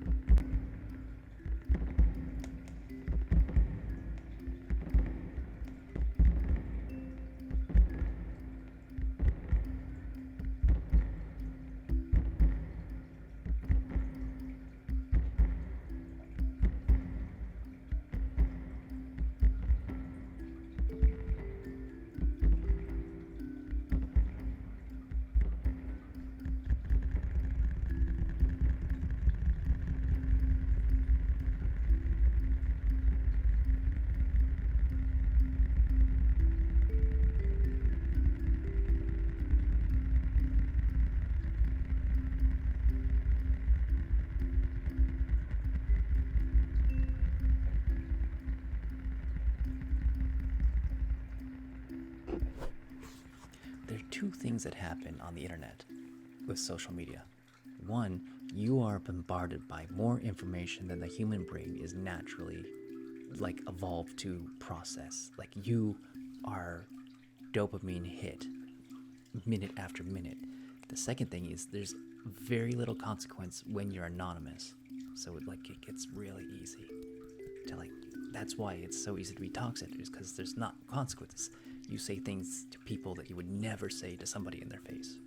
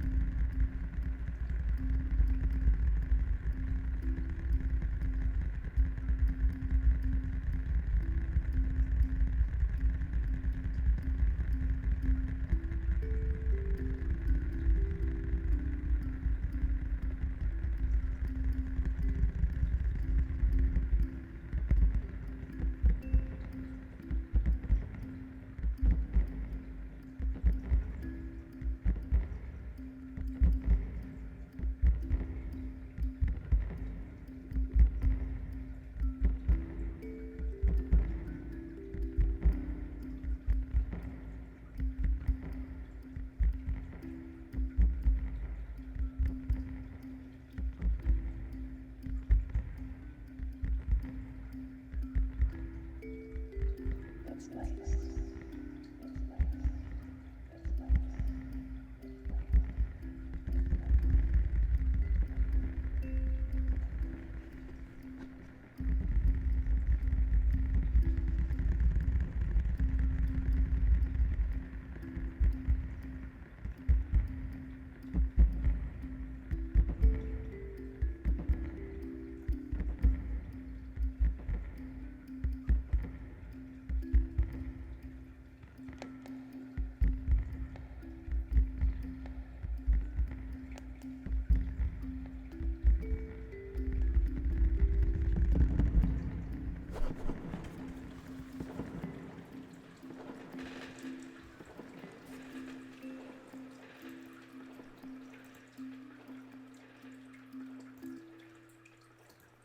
Okay, it is 4 in the morning for me. I think that's a good time to end the show.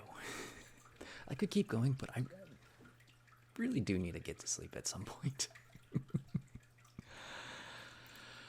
I'm finally getting used to staying up so late.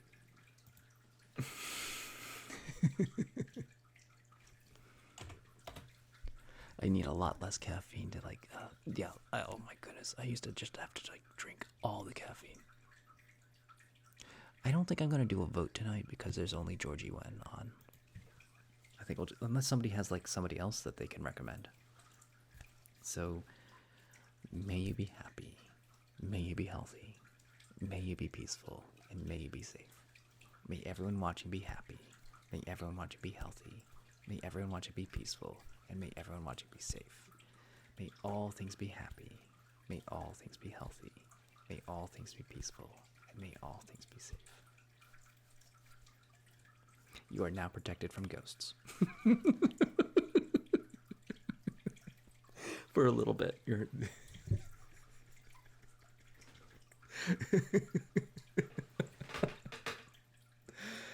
all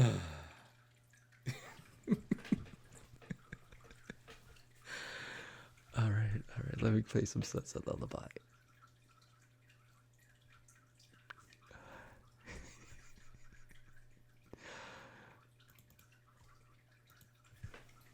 Good night, you trolls.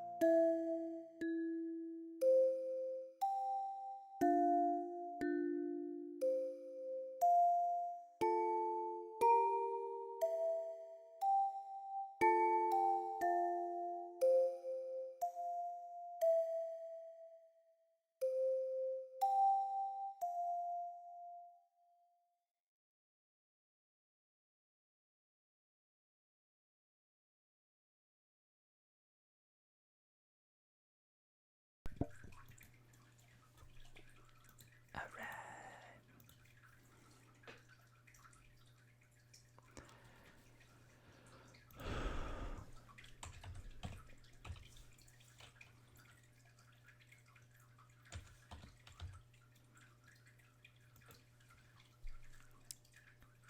I'll see you guys tomorrow.